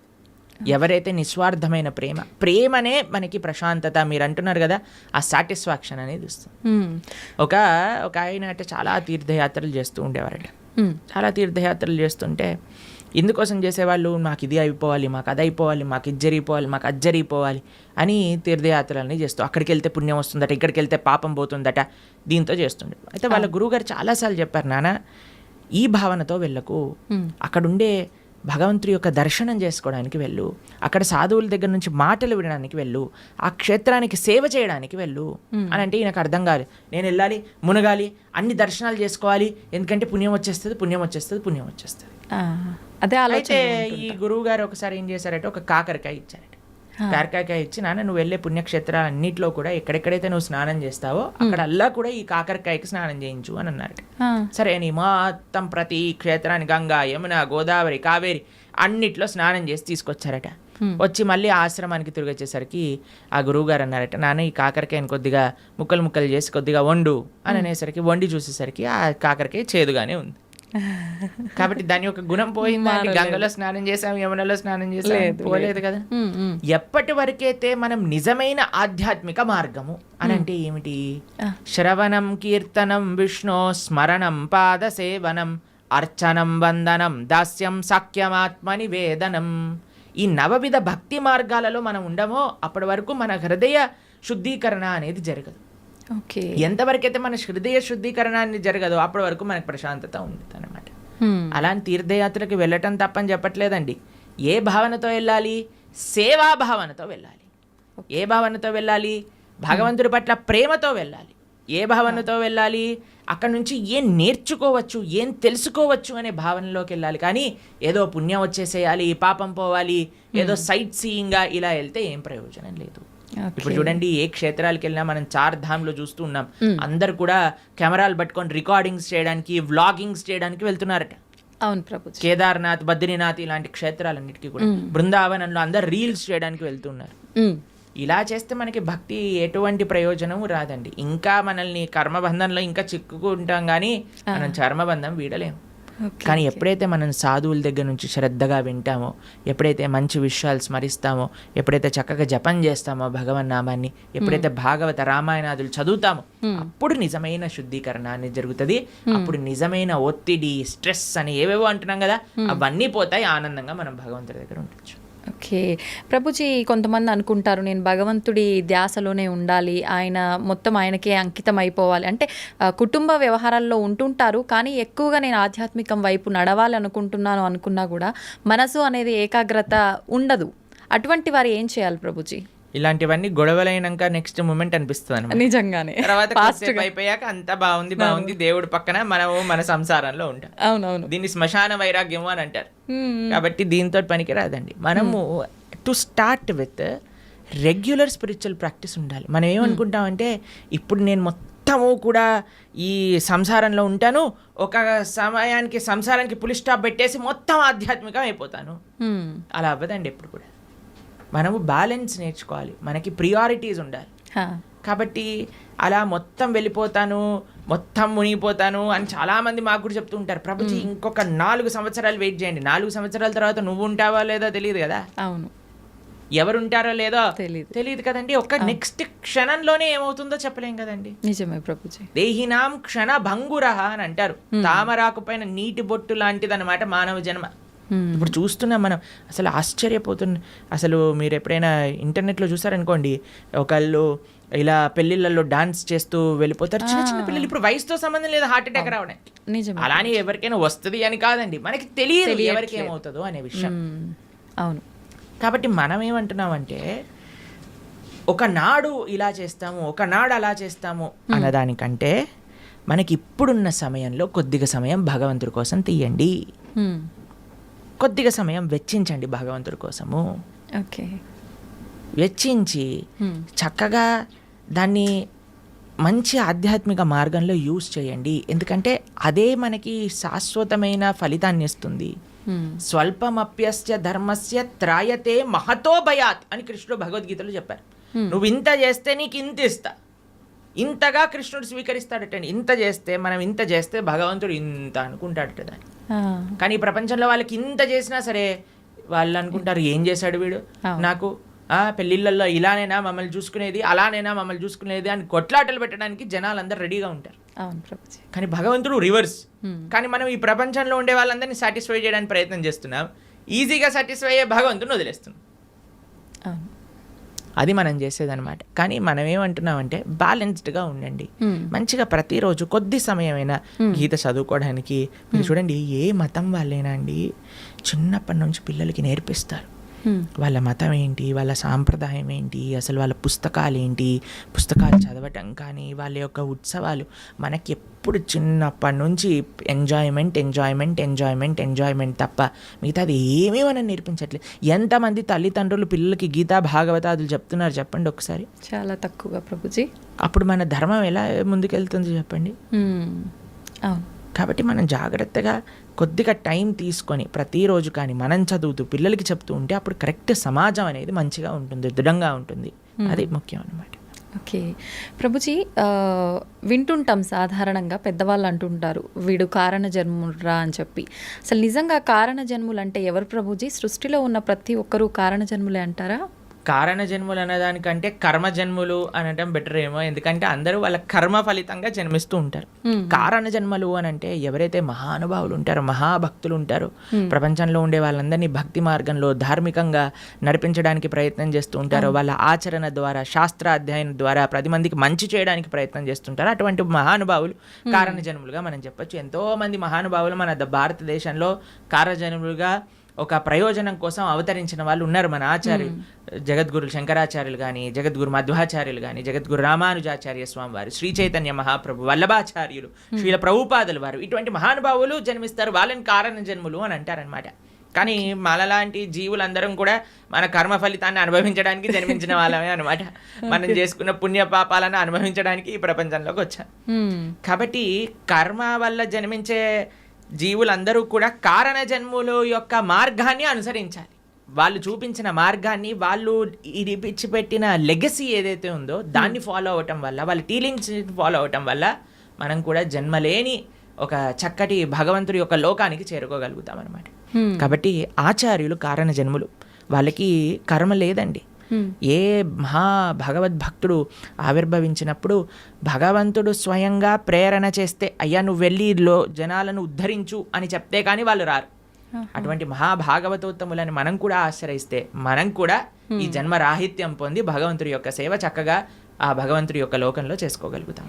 ప్రభుజీ, ప్రతి ఒక్కరికి కూడా ముందు జన్మకు సంబంధించిన వాసనలను బట్టి పాపపుణ్యాలు ఉంటాయి కదా, మరి వాళ్ళకు అంత గత జన్మలకు సంబంధించిన ఉంటాయి కదా, మరి వాళ్ళకి ఎందుకు ఉండవు కర్మలు? ఆచార్యులక, మహాభాగవతోత్తములక, ఎందుకంటే వాళ్ళు భగవంతుడు పంపిస్తే ఈ ప్రపంచంలోకి వచ్చిన వాళ్ళు. వాళ్ళందరూ కూడా భగవంతుడి యొక్క లోకంలో ఉండేవాళ్ళు అనమాట. అయ్యా నువ్వు ఉద్ధరించడానికి వెళ్ళు అని వాళ్ళని పంపిస్తే వాళ్ళు వచ్చి మనల్ని ఉద్ధరించడానికి ప్రయత్నం చేస్తారు. కాబట్టి వాళ్ళు ఏదో మనలాగా కర్మ వల్ల పుణ్యపాపాలు అనుభవించడానికి వచ్చిన వాళ్ళు కాదనమాట. భగవంతుడు తన యొక్క సొంత కృపతో, స్వామి నువ్వు వెళ్ళి ఈ ప్రపంచంలో ఉండే వాళ్ళందరూ కష్టపడిపోతున్నారు, పాపం వీళ్ళందరికీ ఏమి ధర్మం ఏంటి అధర్మం అంటే ఏం తెలియట్లేదు, కాబట్టి నువ్వు వెళ్ళి నీ భక్తి ద్వారా, నీ ఆచరణ ద్వారా 10 మందికి తెలియజేయి, వాళ్ళందరినీ కూడా మంచి మార్గంలో నడిపించు అని చెప్పి పంపిస్తే వాళ్ళు భగవంతుడి దగ్గర నుంచి కిందికి వస్తారు. ఓకే, అలా ప్రభుజీ ధర్మం ధర్మం అంటున్నాం. ధర్మము, జ్ఞానము, భక్తి, కర్మ ఇవన్నీ మాట్లాడుకుంటున్నాం. అసలు ఇవన్నీ అంటే ఏంటి? నిజంగా వీటన్నింటినీ మనం గనక వీటి కరెక్ట్ మార్గంలో గనక వెళ్ళగలిగితే వీటి ద్వారా నిజంగా భగవంతుని ఎలా చేరుకుంటాం అసలు? మీరన్న క్వశ్చన్లో చాలా టర్మ్స్ ఉన్నాయి. ధర్మము, జ్ఞానము, భక్తి, కర్మ ఇవన్నీ ఒక్కొక్క విశ్లేషణ చేయవలసిన ఒక్కొక్క పాడ్కాస్ట్ కి సంబంధించిన టాపిక్స్ అనమాట మీరు అడిగింది. సాధారణంగా ప్రతి ఒక్కరు ఎవ్వరు నోరు తెరిచినా కూడా ఇవే జనరల్ గా డిస్కస్ చేస్తుంటారు కదా ప్రభుజీ. మన అన్నిటికంటే పెద్ద మిస్కన్సెప్షన్ ఏంటి అని అంటే, ఎవరికి తోచింది వాళ్ళు ధర్మం అనుకుంటారు. నాకు తెలిసిందే ధర్మము, అంతే. నేను ఇది ఇలా చేశాను కాబట్టి ఇదే ధర్మము, నాకు ఇలా తెలుస్తుంది కాబట్టి ఇదే భక్తి, నేను ఇచ్చేస్తాను ఇదే నాకు జ్ఞానము, నాకున్నదే గొప్ప జ్ఞానము. ఇదంతా కాదండి, చాలా సింపుల్. ధర్మస్తు సాక్షాత్ భగవత్ ప్రణీతం. ధర్మం అంటే భగవంతుడు చెప్పింది.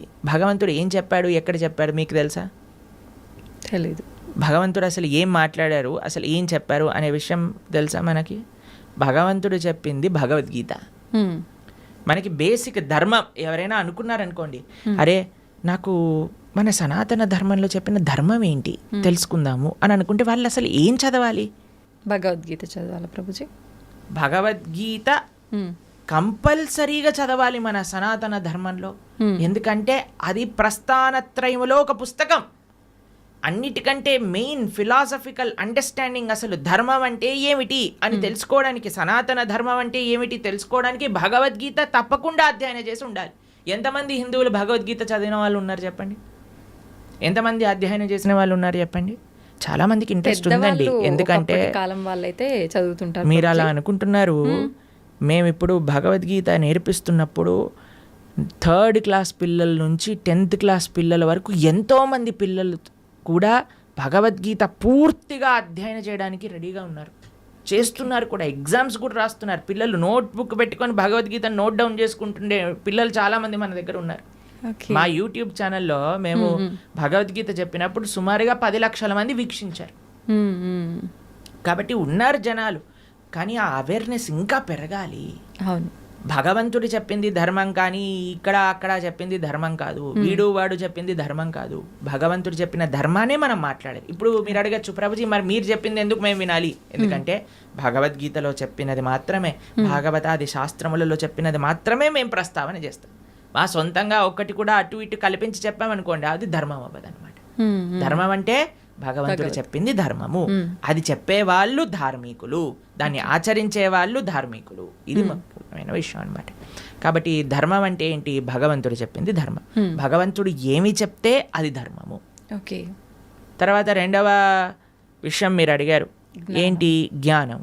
జ్ఞానం అంటే ఏంటి? భగవంతుడు గురించి తెలుసుకోవటమే జ్ఞానం. ఎవరైతే భగవంతుడి గురించి తెలుసుకుంటారో, భగవంతుడు చెప్పింది భగవద్గీత అనుకున్నాం, మరి భగవంతుడి గురించి తెలుసుకోవాలంటే ఏ పుస్తకం చదవాలి? భాగవతం చదవాలి. భాగవతం భగవంతుడి గురించి చెప్పేది, భగవద్గీత భగవంతుడు చెప్పినది.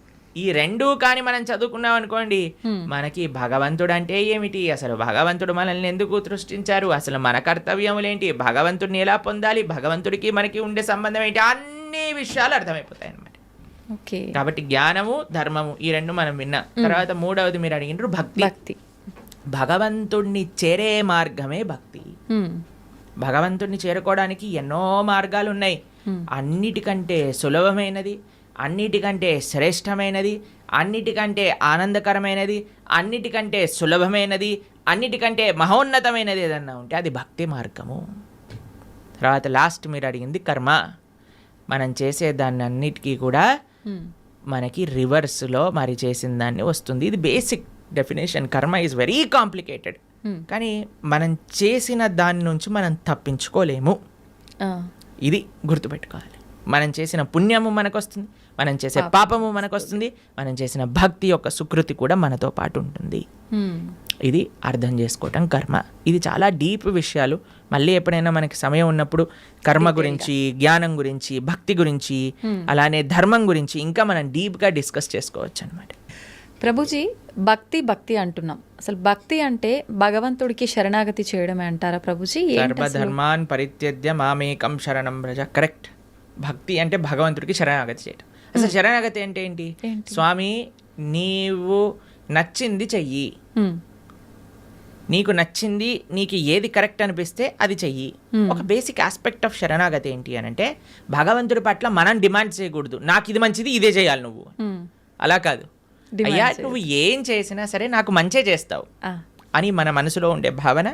అవశ్య రక్షివో కృష్ణ, నువ్వు తప్పకుండా నన్ను రక్షిస్తావు స్వామి, నువ్వేం చేసినా కరెక్టే చేస్తావు, కాబట్టి నువ్వు నచ్చిందే చెయ్యి తండ్రి అని ఫస్ట్ అన్నిటికంటే బేసిక్ విషయం చెప్తున్న శరణాగతిలో కనీసం ఇది భగవంతుడి దగ్గర అనగలగాలి.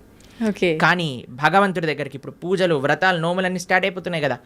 ఈ నోములో ఇది చేస్తే నాకు ఈ ఫలితం వస్తుంది, ఏ నోము చేస్తే నాకు ఏ ఫలితం వస్తుంది, ఈ స్తోత్రం చదివితే నాకు ఇది అవుతుంది, ఆ పూజ చేస్తే నాకు అది అవుతుంది, ఇన్ని వారాలు ఇది చేస్తే నాకు ఇది అయిపోతుంది. సారీ సార్, ఇది భక్తి కాదు, ఇది కేవలం పూజ, ఆరాధన కాదు. పూజ చేస్తే పుణ్యం వస్తుంది, ఆరాధన చేస్తే భగవంతుడి యొక్క కృప, భగవంతుడి పట్ల ప్రేమ పెరుగుతుందన్నమాట.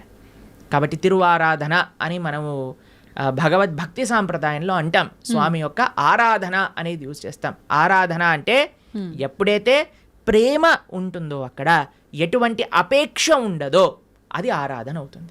కానీ నాకు ఇది కావాలి అని మనం చేస్తే అది పూజ అవుతుంది, దానివల్ల పుణ్యం మాత్రమే వస్తుంది, భక్తి రాదు.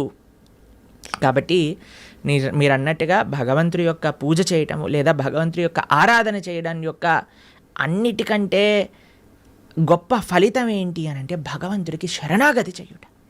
స్వామి నేను నీ వాణ్ణి, నీకు చెందిన వాణ్ణి, నువ్వు నాకు ఏం చేసినా సరే అది తప్పకుండా కరెక్టే చేస్తావు అని భగవంతుడికి కంప్లీట్ శరణాగతి, శ్రీకృష్ణ భగవానుడికి కంప్లీట్గా శరణాగతి చేయుట, దాన్నే భక్తి అని అంటారు.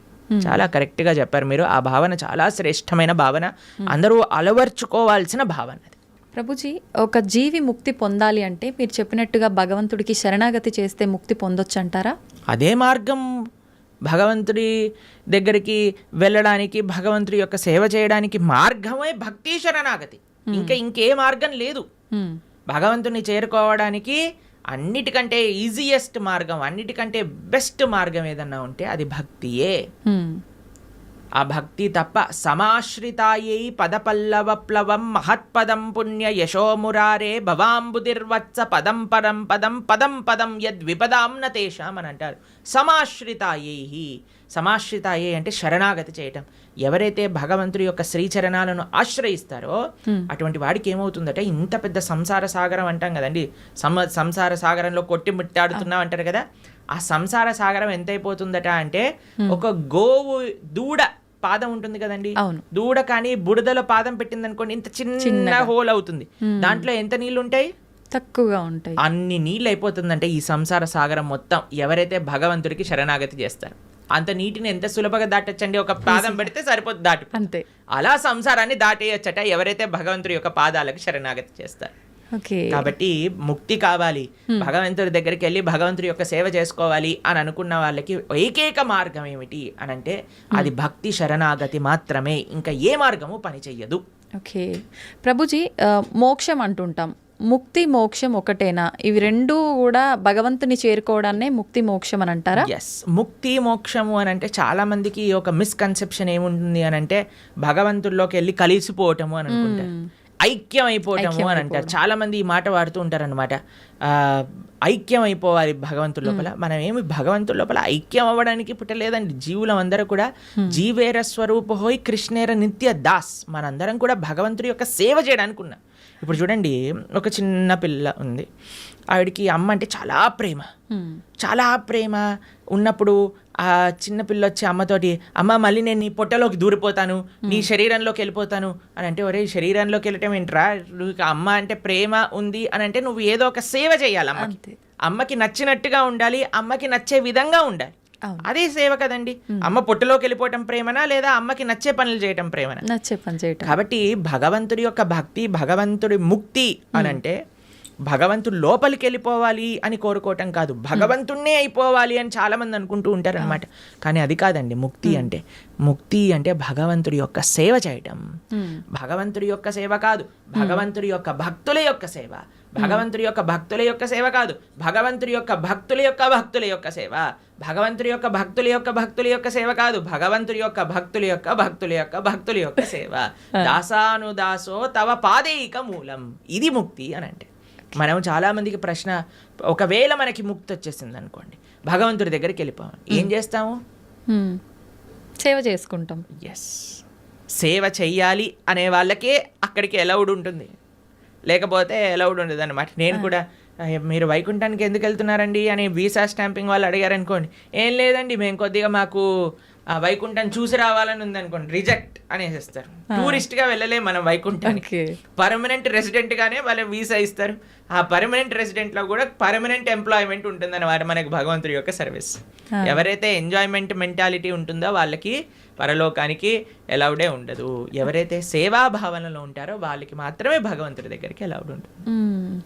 ప్రభుజీ, జీవాత్మ అంటుంటారు, జీవుడు జీవాత్మ రెండు ఒకటేనా, వేరు వేరంటారా? ఎస్, మనకి 3 రకాల శరీరములు ఉంటాయి. ఇప్పుడు మీరు చూసే దాన్ని స్థూల శరీరము అని అంటారు. అంటే చర్మము, బ్లడ్, బోన్స్ వీటన్నిటితో ఉండే స్థూల శరీరం అంటారు. దీంట్లోపల సూక్ష్మ శరీరం అని ఉంటుంది. మన బుద్ధి అహంకారములతో స్థూల శరీరం ఉంటుందన్నమాట. దాని లోపల స్థూల శరీరం, సూక్ష్మ శరీరం, దాని లోపల మనకి కారణ శరీరము అని అంటారు. దాన్ని ఆత్మ, జీవాత్మ అని అంటారు. ఇప్పుడు చూడండి, ఫర్ ఎగ్జాంపుల్ ఇప్పుడే నేను స్టూడియోకి వస్తుంటే ఒకళ్ళు వెళ్ళిపోయారు, ఆయన పక్కన నుంచి ఇలా తీసుకెళ్తూ ఉన్నారనమాట. సపోజ్ పలానా వ్యక్తి వెళ్ళిపోయారండి అని అంటారు. వెళ్ళిపోయారు అని అంటే ఇక్కడే కదండి మన ముందే కనిపిస్తున్నారు కదా. మరి వెళ్ళిపోయారు అని ఏం వెళ్ళిపోయింది? ఆత్మ. ఇదే బేసిక్ అండర్స్టాండింగ్. కానీ ఎంతమందికి ఈ విషయం గురించి, అరే ఆత్మ వేరు శరీరం వేరు అని మనం గుర్తించేసామనుకోండి, ఈ శరీరం పైన అంత ఇన్వెస్ట్మెంట్ ఎందుకు చేస్తాం చెప్పండి? అసలు ఎవరైనా అద్దెల్ని అలంకరించుకుంటారా? మీకు ఈ స్టూడియో అంటే జస్ట్ రెంట్కే ఇచ్చారంటే మీరు ఒక ₹1 కోటి పెట్టి దీన్ని రీమోడిఫికేషన్ చేస్తారా? లేదు, ఆలోచిస్తాం ప్రభుజీ, ఖచ్చితంగా ఆలోచిస్తాం. ఎప్పుడైతే మన సొంత ఇల్లు ఉంటుందో అక్కడ అలంకరించుకుందాం అని అనుకుంటారు కదా. కానీ మనందరం చేసే పని ఏంటి? ఇది తెలుసు, అదే ఈ శరీరము పర్మనెంట్ కాదు, అయినా సరే మనం ఈ శరీర పోషణలో ఉన్నాం. కానీ శరీర పోషణలో ఉండద్దు అని చెప్పట్లేదండి, కానీ ముఖ్యమైన ఆత్మని మర్చిపోరాదు. అదే అన్నిటికంటే ముఖ్యం. జీవాత్మ మనము అని అంటే, ఇప్పుడు చూడండి, ఇది నా చెయ్యి అంటాం, నా చెయ్యి, నా షర్ట్, నా వాచ్, నా తల, నా కళ్ళు. మరి నువ్వెవరు?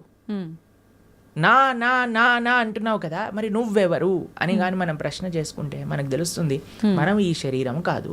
శరీరం అయితే మరి ఆ వ్యక్తి అలానే ఉన్నాడు కదా, వెళ్ళిపోయారు అని ఎందుకు అంటున్నారు? జీవులం మనం, మనందరం కూడా ఆత్మ, అదే జీవాత్మ అంటారు. కేవలం ఈ 3 కాదండి, ఇంకొక ఆయన కూడా మన శరీరంలో ఉన్నారు, ఆయన పరమాత్మ. మన హృదయంలో, హృదయ స్థానంలో 2 ఉంటారు వ్యక్తులు, జీవాత్మ, పరమాత్మ, 2. జీవాత్మ ఎప్పుడైతే పరమాత్మను తెలుసుకొని పరమాత్మకు శరణాగతి చేసి పరమాత్మ సేవ చేస్తారో దాన్నే ముక్తి, మోక్షము అనేది. కాబట్టి జీవుడు జీవాత్మ 2 ఒకటే. జీవాత్మ ఒకళ్ళు, పరమాత్మ ఒకళ్ళు. పరమాత్మని తెలుసుకోవటమే జీవుడి యొక్క లక్ష్యం. ప్రభుజీ, ఒకసారి ఆత్మ శరీరాన్ని విడిచి వెళ్ళిన తర్వాత మళ్ళీ ఎంత కాలం పడుతుంది మళ్ళీ ఒక జీవిలో రావటానికి? ప్రాణం అంటే ఏమంటారు, అది ఒక కస్టమైజ్డ్ ప్రాసెస్ అన్నమాట. అది ఎవరికి ఎంతసేపు వాడు నరకంలో ఉంటాడో, ఎంతసేపు స్వర్గంలో ఉంటారో, ఎంత తొందరగా, అవన్నీ ఇంకా మనం చెప్పలేం. చాలా కాంప్లికేటెడ్ కర్మ సిద్ధాంతం అంటే. దానికి ఏం స్పెసిఫిక్ పారామీటర్స్ లేవు. మనతోటి అయినప్పుడే మనకు తెలుస్తుంది ఎన్ని రోజులు ఉన్నాం, మనం ఎక్కడ ఉన్నాం అనేది. కాబట్టి తప్పకుండా ఒక శరీరం నుంచి వదిలిపెట్టి వెళ్ళాక కొన్ని రోజులు ఆ జీవాత్మ అలానే తిరుగుతారు అని చెప్తారు. అందుకే మనము మంచి పుణ్యకర్మలన్నీ చేయడానికి ప్రయత్నం చేస్తాం. 10, 11, 12 అట్లా ఒక్కొక్కరికి ఒక్కొక్క పద్ధతులు ఉంటాయి. దాని తర్వాత వాళ్ళు అక్కడ నుంచి స్వర్గాది లోకములకు, నరకాది లోకములకు వెళ్ళి వాళ్ళ పాప పుణ్యాలన్నీ అనుభవించి మళ్ళీ ఇంకొక శరీరంలోకి దాల్చడానికి ఈ భూలోకంలోకి రావాల్సి వస్తుంది. లేదు, ఆయన చాలా భాగవతోత్తముడు, భగవంతుడికి శరణాగతి చేసి భక్తి చేసిన వాళ్ళు, పుణ్యంతో సంబంధం లేదు, పాపంతో సంబంధం లేదు, సాయిగా యత్గత్వా నా నివర్ధంతే తద్ధామ పరమమ్మ, భగవంతుడి యొక్క లోకానికి చేరుకున్నారనుకోండి, ఇంకా మళ్ళీ పుట్టాల్సిన అవసరం లేదు, పుణ్యము లేదు, పాపం లేదు, ఏ గోల లేదు, ఆనందంగా భగవంతుడి యొక్క సేవలో ఉండొచ్చు. మన సనాతన ధర్మం క్రమంలో మీరు అర్థం చేసుకోవాల్సినవి 3 ఉన్నాయండి. ఏంటి ప్రభుజీ? ఒకటి పాపం, అంటే మనం చేసే తప్పుడు వాటికి వచ్చే ఫలితాన్ని పాపము అని అంటారు. 2 పుణ్యం, ఓకే, మనం చేసే మంచి పనులకి మనకి రిటర్న్గా వచ్చేది పుణ్యం. ఇంకొకటి 3వది ఉందండి, దాన్ని భక్తి అని అంటారు. భక్తి పుణ్యానికి సంబంధం లేదు, పాపానికి సంబంధం లేదు, ఇది సపరేట్ బ్యాంక్ అకౌంటే. ఎప్పుడైతే మనం ప్రేమతో భగవంతుడిని ఆశ్రయిస్తామో అది పుణ్యం కాదు, అది భక్తి సుకృతి అంటారు, భక్తోన్ముఖ సుకృతి అని అంటారు. ఎవరైతే భక్తి చేస్తారో అటువంటి వాళ్ళు నా స్వర్గానికి వెళ్ళరు, నా నరకానికి వెళ్ళరు, వాళ్ళు వెళ్ళేది భగవంతుడి యొక్క లోకానికి. స్వర్గానికి వెళ్ళినా, నరకానికి వెళ్ళినా, ఇంకా ఏ దేవత యొక్క ప్రపంచానికి వెళ్ళినా సరే, లోకానికి వెళ్ళినా సరే, కృష్ణుడు భగవద్గీతలో చెప్తారు, ఆ బ్రహ్మ భువనాలోక పునరావృత్తినో అర్జున. ఇక్కడ నుంచి బ్రహ్మలోకం అంటే అన్నిటికంటే టాప్ మోస్ట్ లోకం అనమాట. అక్కడ వరకు వెళ్ళిన వాళ్ళు కూడా మళ్ళీ పుట్టాల్సిన అవసరం ఉంటుంది. ఎప్పుడైతే మాముపేత్యత్తు కౌంతయ్య, నన్ను ఆశ్రయించిన వాళ్ళు, ఎవరు చెప్తున్నారు నన్ను అని అంటే కృష్ణుడు అర్జునుడితో చెప్తున్నారు, నన్ను ఆశ్రయించిన వాళ్ళకి మళ్ళీ పుట్టుక అనేది ఉండదు అనే విషయం చెప్తున్నారు. కాబట్టి మనం పుణ్యం పైన ఫోకస్ చేయకూడదు, పాపం పైన ఫోకస్ చేయకూడదు, మనం భక్తి పైన ఫోకస్ చేయాలి. ఇది పర్మనెంట్ సొల్యూషన్ అనమాట. ఓకే ప్రభుజీ, భక్తి వేరు, భగవంతుణ్ణి తెలుసుకోవడం వేరా ప్రభుజీ? 2 ఒకటేనా? భక్తి మార్గంలో మొట్టమొదటి అడుగు శ్రవణం, అంటే భగవంతుడి గురించి తెలుసుకోవడం. ప్రహ్లాదుని హిరణ్యకశిపుడు అడుగుతారు, అయ్యా నువ్వు స్కూల్కి వెళ్ళావు కదా, బోర్డింగ్ స్కూల్ హాస్టల్కి వెళ్ళావు కదా, ఏం నేర్చుకున్నావు అని అంటే, శ్రవణం కీర్తనం విష్ణు. శ్రవణం అని అంటే భగవంతుడి గురించి వినటము. భక్తి అంటే ఏదో పూజలు చేసేసి, ఇక్కడ నుంచి 1000 పూలు పట్టుకొచ్చేసి, ధూపాలు వేసేసి, నోములు ఇచ్చేసి, లక్ష పూలలతో పూజ చేసేసి, ఒక లీటర్ల అభిషేకాలు చేసి, ఇది కాదండి భక్తి అంటే. భక్తి అంటే భగవంతుడి గురించి వినటం. ఇది ఎవరు చెప్తున్నారు? పరమ భక్తుడైన ప్రహ్లాదుడు చెప్తున్నాడు. ఫస్ట్ ప్రాసెస్ ఏంటి? శ్రవణం, భగవంతుడి గురించి వినటం. ఏం వినాలి? గీత, భాగవత, రామాయణ, అసలు అన్నీ ఏదైతే భగవంతుడి గురించి చెప్తారో వాటిని వినాలి. శ్రవణం, కీర్తనం, దాని తర్వాత మనం చేయాల్సింది జపం. చూడండి ఆయన ఏం ప్రాసెస్లో చెప్తున్నారు, ప్రియారిటీ వైజ్ చెప్తున్నారు అనమాట. శ్రవణం, కీర్తనం, విష్ణో. ఎవరికి చేయాలి ఇది? భగవంతుడైన నారాయణుడు విష్ణువుకి చేయాలి. శ్రవణం, కీర్తనం, విష్ణు, స్మరణం, పాద సేవనం. స్మరిస్తూ ఉండాలి, మనం విన్నది స్మరిస్తూ ఉంటే అప్పుడు మనకి భగవంతుడి పట్ల ప్రేమ పెరుగుతుంది. అప్పుడు మనం భగవంతుడి యొక్క ఆరాధన చేసామనుకోండి, ప్రేమతో ఆరాధన చేయగలుగుతాం. లేకపోతే ఎప్పుడు మనసులో ఈ కోరిక గుర్తొచ్చినంత భగవంతుడు గుర్తురాడు. నిజమే ప్రభుజీ. ఎప్పుడైతే మనం శ్రవణం, కీర్తనం, భగవంతుడి గురించి వింటామో, భగవంతుడి యొక్క నామాన్ని జపం చేస్తామో, అప్పుడు మనం ఆరాధన చేసేటప్పుడు మన మనసు భగవంతుడి పైన ఉంటుంది. కాబట్టి అందరూ కూడా ఫస్ట్ వ్రతాలు, నోములు, పూజలు చేసేయడానికి పరిగెత్తుతూ ఉంటారు. కానీ దాటికంటే ఫస్ట్ ఇనీషియల్ స్టెప్స్ ఏంటి అని అంటే, ఇప్పుడు చూడండి, ఒక ఫస్ట్ ఫ్లోర్కి ఎక్కాలి అని అంటే మనం లాంగ్ జంప్ చేసేసి ఎక్కిస్తామా? ఒకసారి దూకామనుకోండి, ఆయనతో కాలు చేతులు విరిగిపోతాయి, అంతే. మెల్లమెల్లగా ఎక్కామనుకోండి, కరెక్ట్ పాత్లో మనం వెళ్తూ ఉండొచ్చు అనమాట. అందుకే ఫస్ట్ స్టెప్ ఏంటంటే భగవంతుడి గురించి వినండి, భగవంతుడు గురించి స్మరించండి, భాగవత, రామాయణాదులు ఏం చెప్పారో తెలుసుకోండి. అందుకే ఇన్ని గంటలు మనం యూట్యూబ్లలో వీటిలలో చెప్పేది ఎందుకు అని అంటే, జనాలు వినడానికి. వింటే వాళ్ళకి భగవంతుడి గురించి తెలిస్తే మంచి భక్తి మార్గంలో ముందుకెళ్తే అది జీవుడి యొక్క పరమశ్రేయస్సుకి కారణం అవుతుంది. ఓకే ప్రభుజీ, ఒక మంచి భక్తుడిగా ఉండాలి అంటే ఫస్ట్ చేయాల్సింది మీరు చెప్పినట్టుగా భగవంతుడి గురించి వినడమే అంటారా? కరెక్ట్. శ్రవణం, కీర్తనం. ఫస్ట్ ప్రాసెస్ ఏంటి అంటే శ్రవణం. మనం వినడానికి ప్రయత్నం చేయాలి. ఎవరి నుంచి వినడానికి ప్రయత్నం చేయాలి? ఎవరైతే శాస్త్ర అధ్యయన చేసిన మంచి భక్తులు ఉన్నారు. ఇప్పుడు చూడండి, మార్కెట్లో ఎవరు పడితే వాళ్ళు చెప్పడానికి రెడీ అయిపోయారు. ఇది ఇలా చెయ్యి, ఆ చిట్కా ఇలా చెయ్యి, ఈ పరిష్కారం ఇలా చెయ్యి. అసలైతే ఎంత ఆశ్చర్యం అనిపిస్తుంది అంటే, కొన్నిసార్లు మాకు వీడియోలు పంపిస్తే అసలు ఇలాంటి వ్యక్తుల్ని ఎలా వినగలుగుతున్నారు జనాలు అని అనిపించేటట్టుగా ఆశ్చర్యపడిపోతాం అనమాట. ఎందుకంటే భాగవత, మన శాస్త్రాలు చెప్పే విషయం వేరు, వీళ్ళు చెప్పే విషయాలు వేరు. ఒకడు తలపైన చేయబెడతానంటాడు, ఒకడు ఇంకొక మాయ చేస్తానంటాడు, ఇంకొకడు మ్యాజిక్ చేస్తానంటాడు. మాయలు, మ్యాజిక్ కావాలంటే మీరు మ్యాజిక్ షోకి వెళ్ళండి కదా, దేవుడి దగ్గరికి ఎందుకు రావాలి? ఆధ్యాత్మిక గురువు మాయలు, మ్యాజిక్లు, తంత్రాలు, యంత్రాలు, తలపైన చేయబెట్టాలు అవన్నీ చేయరండి. ఆధ్యాత్మిక గురువు ఎప్పుడైనా సరే, మీరు ఏ శాస్త్రంలో చూసినా ఎవరైనా సరే మీరు చూడండి, మన జ్ఞానము వేరే వ్యక్తులకి గురువు ఎప్పుడు కూడా శ్రవణం ద్వారానే పంపిస్తారు. రామ లక్ష్మణులు కూడా విశ్వామిత్రుల దగ్గర నుంచి శ్రవణం చేసి జ్ఞానాన్ని సంపాదన చేసుకున్నారు. కృష్ణుడు సాందీపముని దగ్గర నుంచి శ్రవణం చేసుకొని జ్ఞానాన్ని విన్నారు. అర్జునుడు కృష్ణుడి దగ్గర నుంచి శ్రవణం చేశారా, కృష్ణుడు వచ్చి చేయబెట్టాడు అర్జునుడి పైన శ్రవణం. కాబట్టి భగవంతుడిచ్చిన మార్గము శ్రవణం. మన జ్ఞాన సముపార్జన చేయాలి.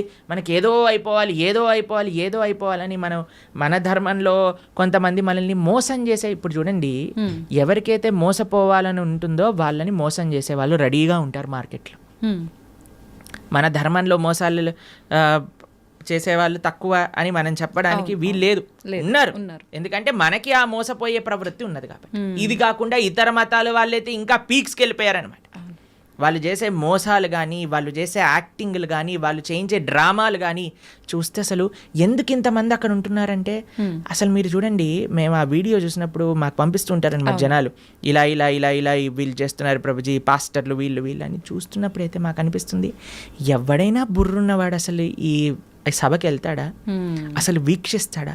వేలాది మంది అక్కడ కూర్చొని వీక్షిస్తున్నారు అంటే వీళ్ళందరూ మోసపోవడానికి రెడీగా ఉన్న వాళ్ళనే కాబట్టే కదండి మోసం చేస్తుంది. వాడు ఇంటికి వెళ్ళాక అనుకుంటాడు, అసలు వీళ్ళు ఎంత మూర్ఖులు, అసలు ఎలాంటి వ్యక్తులు వీళ్ళు, నేను చేసే యాక్టింగ్లకి చప్పట్లు కొట్టటాలు, అరవటాలు, ఇలాంటి వాళ్ళు ఉన్నంత వరకు మోసాలు ఆపలేమండి. మన లోపల ఒక జాగరూకం కావాలి. నేను శాస్త్రాన్ని నమ్ముతా, భగవంతుడి యొక్క తత్వాన్ని అధ్యయనం చేస్తా, కానీ మ్యాజిక్ల వల్ల, ఏమంటాం, మీరు చేతులు పెట్టటాల వల్ల, ఏవో సృష్టించటం వల్ల, ఏదో మన జీవితంలో ఏదో మంచి జరిగిపోవటం వల్ల, దానివల్ల ఏది వచ్చే ప్రయోజనం లేదండి. ఈరోజు మంచి జరుగుతుంది, రేపేం జరుగుతుంది? జీవుడి యొక్క పరమశ్రేయస్సు భగవంతుడి గురించి తెలుసుకోవటం మనందుకే మేము ఎక్కడికి వెళ్ళినా మొత్తుకునేది ఒకటే విషయం, ఇవన్నీ యొక్క ట్రాప్లో పడకండి. మన మానవ జన్మ ఎన్నో సంవత్సరాల తర్వాత మనకి రేర్గా దొరికిన ఈ అవకాశాన్ని మంచి మార్గంలో ఉపయోగించుకోండి అనే మేము అందరం ప్రార్థన చేస్తూ ఉంటాం అందరికీ కూడా. ఎందుకంటే మాకు అనిపించేది ఏంటి అంటే, పాపం ఇలాంటి వాళ్ళ ట్రాప్లలో పడే వాళ్ళు చెడ్డవాళ్ళు కాదండి. భగవంతుడి గురించి తెలుసుకోవాలి అనుకుంటే కదా వాళ్ళు ఇలాంటి బాబాల దగ్గరికి లేదా ఇలాంటి వ్యక్తుల దగ్గరికి వెళ్ళేది. కానీ మేము అనుకునేది ఏంటి అంటే, మంచి మార్గం కానీ వాళ్ళు తెలుసుకోగలిగితే వాళ్ళ జీవితం పండిపోతుంది. మన శాస్త్రం ఏం చెప్తుంది తెలుసా, ఇలాంటి చెడు వ్యక్తుల వల్ల వెళ్ళే వాళ్ళ పరిస్థితి ఎలా ఉంటుందట అంటే, సగం మింగిన కప్పలాగా ఉంటుందట. పాము ఒక పెద్ద కప్పని పట్టేసుకుంటుంది. ఎంత పెద్దగా ఉంటుందంటే ఆ కప్ప లోపలికి మింగలేదు, బయటికి వదలలేదు. అలాంటి పరిస్థితులు చిక్కుకుపోతారు. కాబట్టి మీ అందరికీ మేము చేసే ప్రార్థన ఏంటి అంటే, ఎవరైతే శాస్త్రాన్ని అధ్యయనం చేశారో, శాస్త్రపరంగా శాస్త్రసమ్మతంగా మాట్లాడతారో, ఎవరైతే వైదిక సనాతన ధర్మాన్ని ఆచరిస్తూ ఉన్నారో, ఇప్పుడు ఏంటంటే అండి, కలియుగంలో ఎంతోమంది దేవుళ్ళని మ్యానుఫ్యాక్చర్ అయిపోయారు. ఎక్కడ చూసినా వీడి దేవుడు అంటాడు, వాడి దేవుడు అంటాడు, అందరినీ దేవుళ్ళు అనటం ప్రారంభం చేశాం. కానీ ఒక్క విషయం, భగవంతుడు అనేవారు ఎవరైనా ఉంటే అది వేదములు ప్రతిపాదన చేసిన వారు మాత్రమే. కాబట్టి శాస్త్రీయంగా ఎవరైతే ప్రామాణికంగా దైవము అని చెప్పారో వాళ్ళ గురించి తెలుసుకోవటం శ్రేయస్సు. ఆ శాస్త్రీయమైన గ్రంథాలను అధ్యయనం చేయడం శ్రేయస్సు. కానీ మొన్న ఒక 50 సంవత్సరాల ముందో 70 సంవత్సరాల ముందో పుట్టిన గ్రంథాలని మనం చదవాల్సిన అవసరం లేదు. మనం చదవాల్సిన ఏదైనా వాంగ్మయం ఉంటే అది వ్యాసుడిచ్చిన వాంగ్మయం మాత్రమే. అది చాలా ముఖ్యం. ఓకే ప్రభుజీ, మీరు చెప్పినట్టుగా అంటే వీటన్నింటినీ చదువుకుంటూ భగవంతుడి గురించి వింటూ అలా ఉంటే నిజంగా భగవంతుడి అనుగ్రహం పొందొచ్చు అంటారా? గుళ్ళకి పుణ్యక్షేత్రాలకి వెళ్ళకపోయినా కూడా భగవంతుడి యొక్క అనుగ్రహం పొందాలి అని అంటే భగవంతుడు చెప్పినట్టు నడుచుకోవాలి. మీకు ఒక విషయం చెప్తాను. మీకు మీ పిల్లలు ఉన్నారనుకోండి, మిమ్మల్ని చాలా బాగా చూసుకుంటూ మీరు చెప్పిన పని ఏమీ చేయకపోతే మీకు ఆనందం వేస్తుందా? లేదా మిమ్మల్ని బాగా చూసుకుంటూ మీరు చెప్పిన పనులన్నీ కూడా చేస్తే బాగా ఆనందం వేస్తుందా? లేదా మిమ్మల్ని బాగా చూసుకోకపోయినా జస్ట్ మీరు చెప్పిన పనులన్నీ చేస్తే బాగా ఆనందం వేస్తుందా? బాగా చూసుకోవాలి, చెప్పింది వినాలి, అప్పుడే ఆనందంగా ఉంటుంది కదా. అదే మనం చేయాలి. భగవంతుడు చెప్పినట్టుగా నడుచుకోవాలి, భగవంతుడి యొక్క ఆరాధన చేయాలి. అది నిజమైన మంచి జీవుడు లేదా మంచి సనాతన ధర్మానికి చెందినవాడు చేసే పని. ఇటు భగవంతుడి యొక్క సాంగత్యం లేనప్పుడు మనం భగవంతుడి యొక్క స్మరణతో ధార్మికంగా ఉండటం, అలానే మనం భగవంతుడి యొక్క సేవ చేసుకునే ఒక అవకాశం వచ్చినప్పుడు సాక్షాత్తుగా అక్కడికి వెళ్ళి దర్శనం చేసుకొని ఒక సేవ భావనతో ఉండటం, ఆ రెండు ముఖ్యమే మనకి. ఓకే ప్రభుజీ, కొంతమంది తల్లి గర్భంలోనే ఉన్నప్పుడే రకరకాల రీజన్స్ ఏదైనా ఉండొచ్చు, చనిపోతూ ఉంటారు. అది వాళ్ళ గత జన్మ కర్మఫలమే అంటారా, లేదంటే మరింకేమైనా రీజన్ అయి ఉంటుందంటారా? ఇప్పుడు కర్మ ఎలా పనిచేస్తుంది అంటే అండి, అన్నిటినీ మ్యాచ్ చేస్తుంది అనమాట ఎగ్జాక్ట్ పాయింట్కి. తల్లిదండ్రుల కర్మ ప్రకారం ఏం జరగాలి అది ఉంటుంది, జీవుడు వచ్చేవాడి కర్మలో ఏం జరగాలి అది కూడా ఉంటుంది. అన్నిటినీ కలిపి మ్యాచ్ చేసి ఒక దగ్గర పంపిస్తుంది.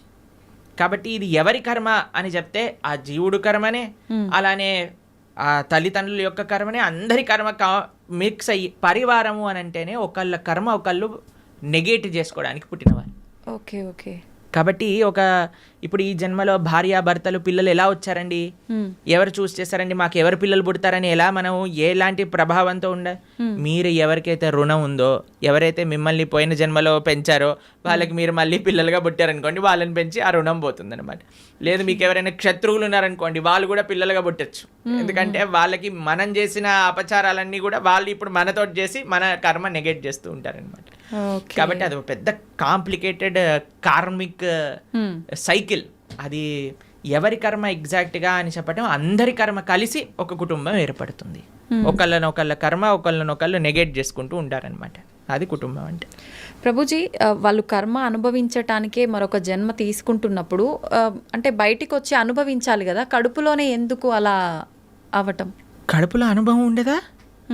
కడుపులోనే అనుభవం ఉంటుంది. అంతే అనుభవం ఉండాలి అని కర్మ ఉంటే అంతే అనుభవం అంతే. Okay okay. కాబట్టి జీవుడు తల్లి గర్భములోకి వెళ్ళిన మరుక్షణం నుంచి కాన్షియస్నెస్ స్టార్ట్ అయిపోతుంది, డెవలప్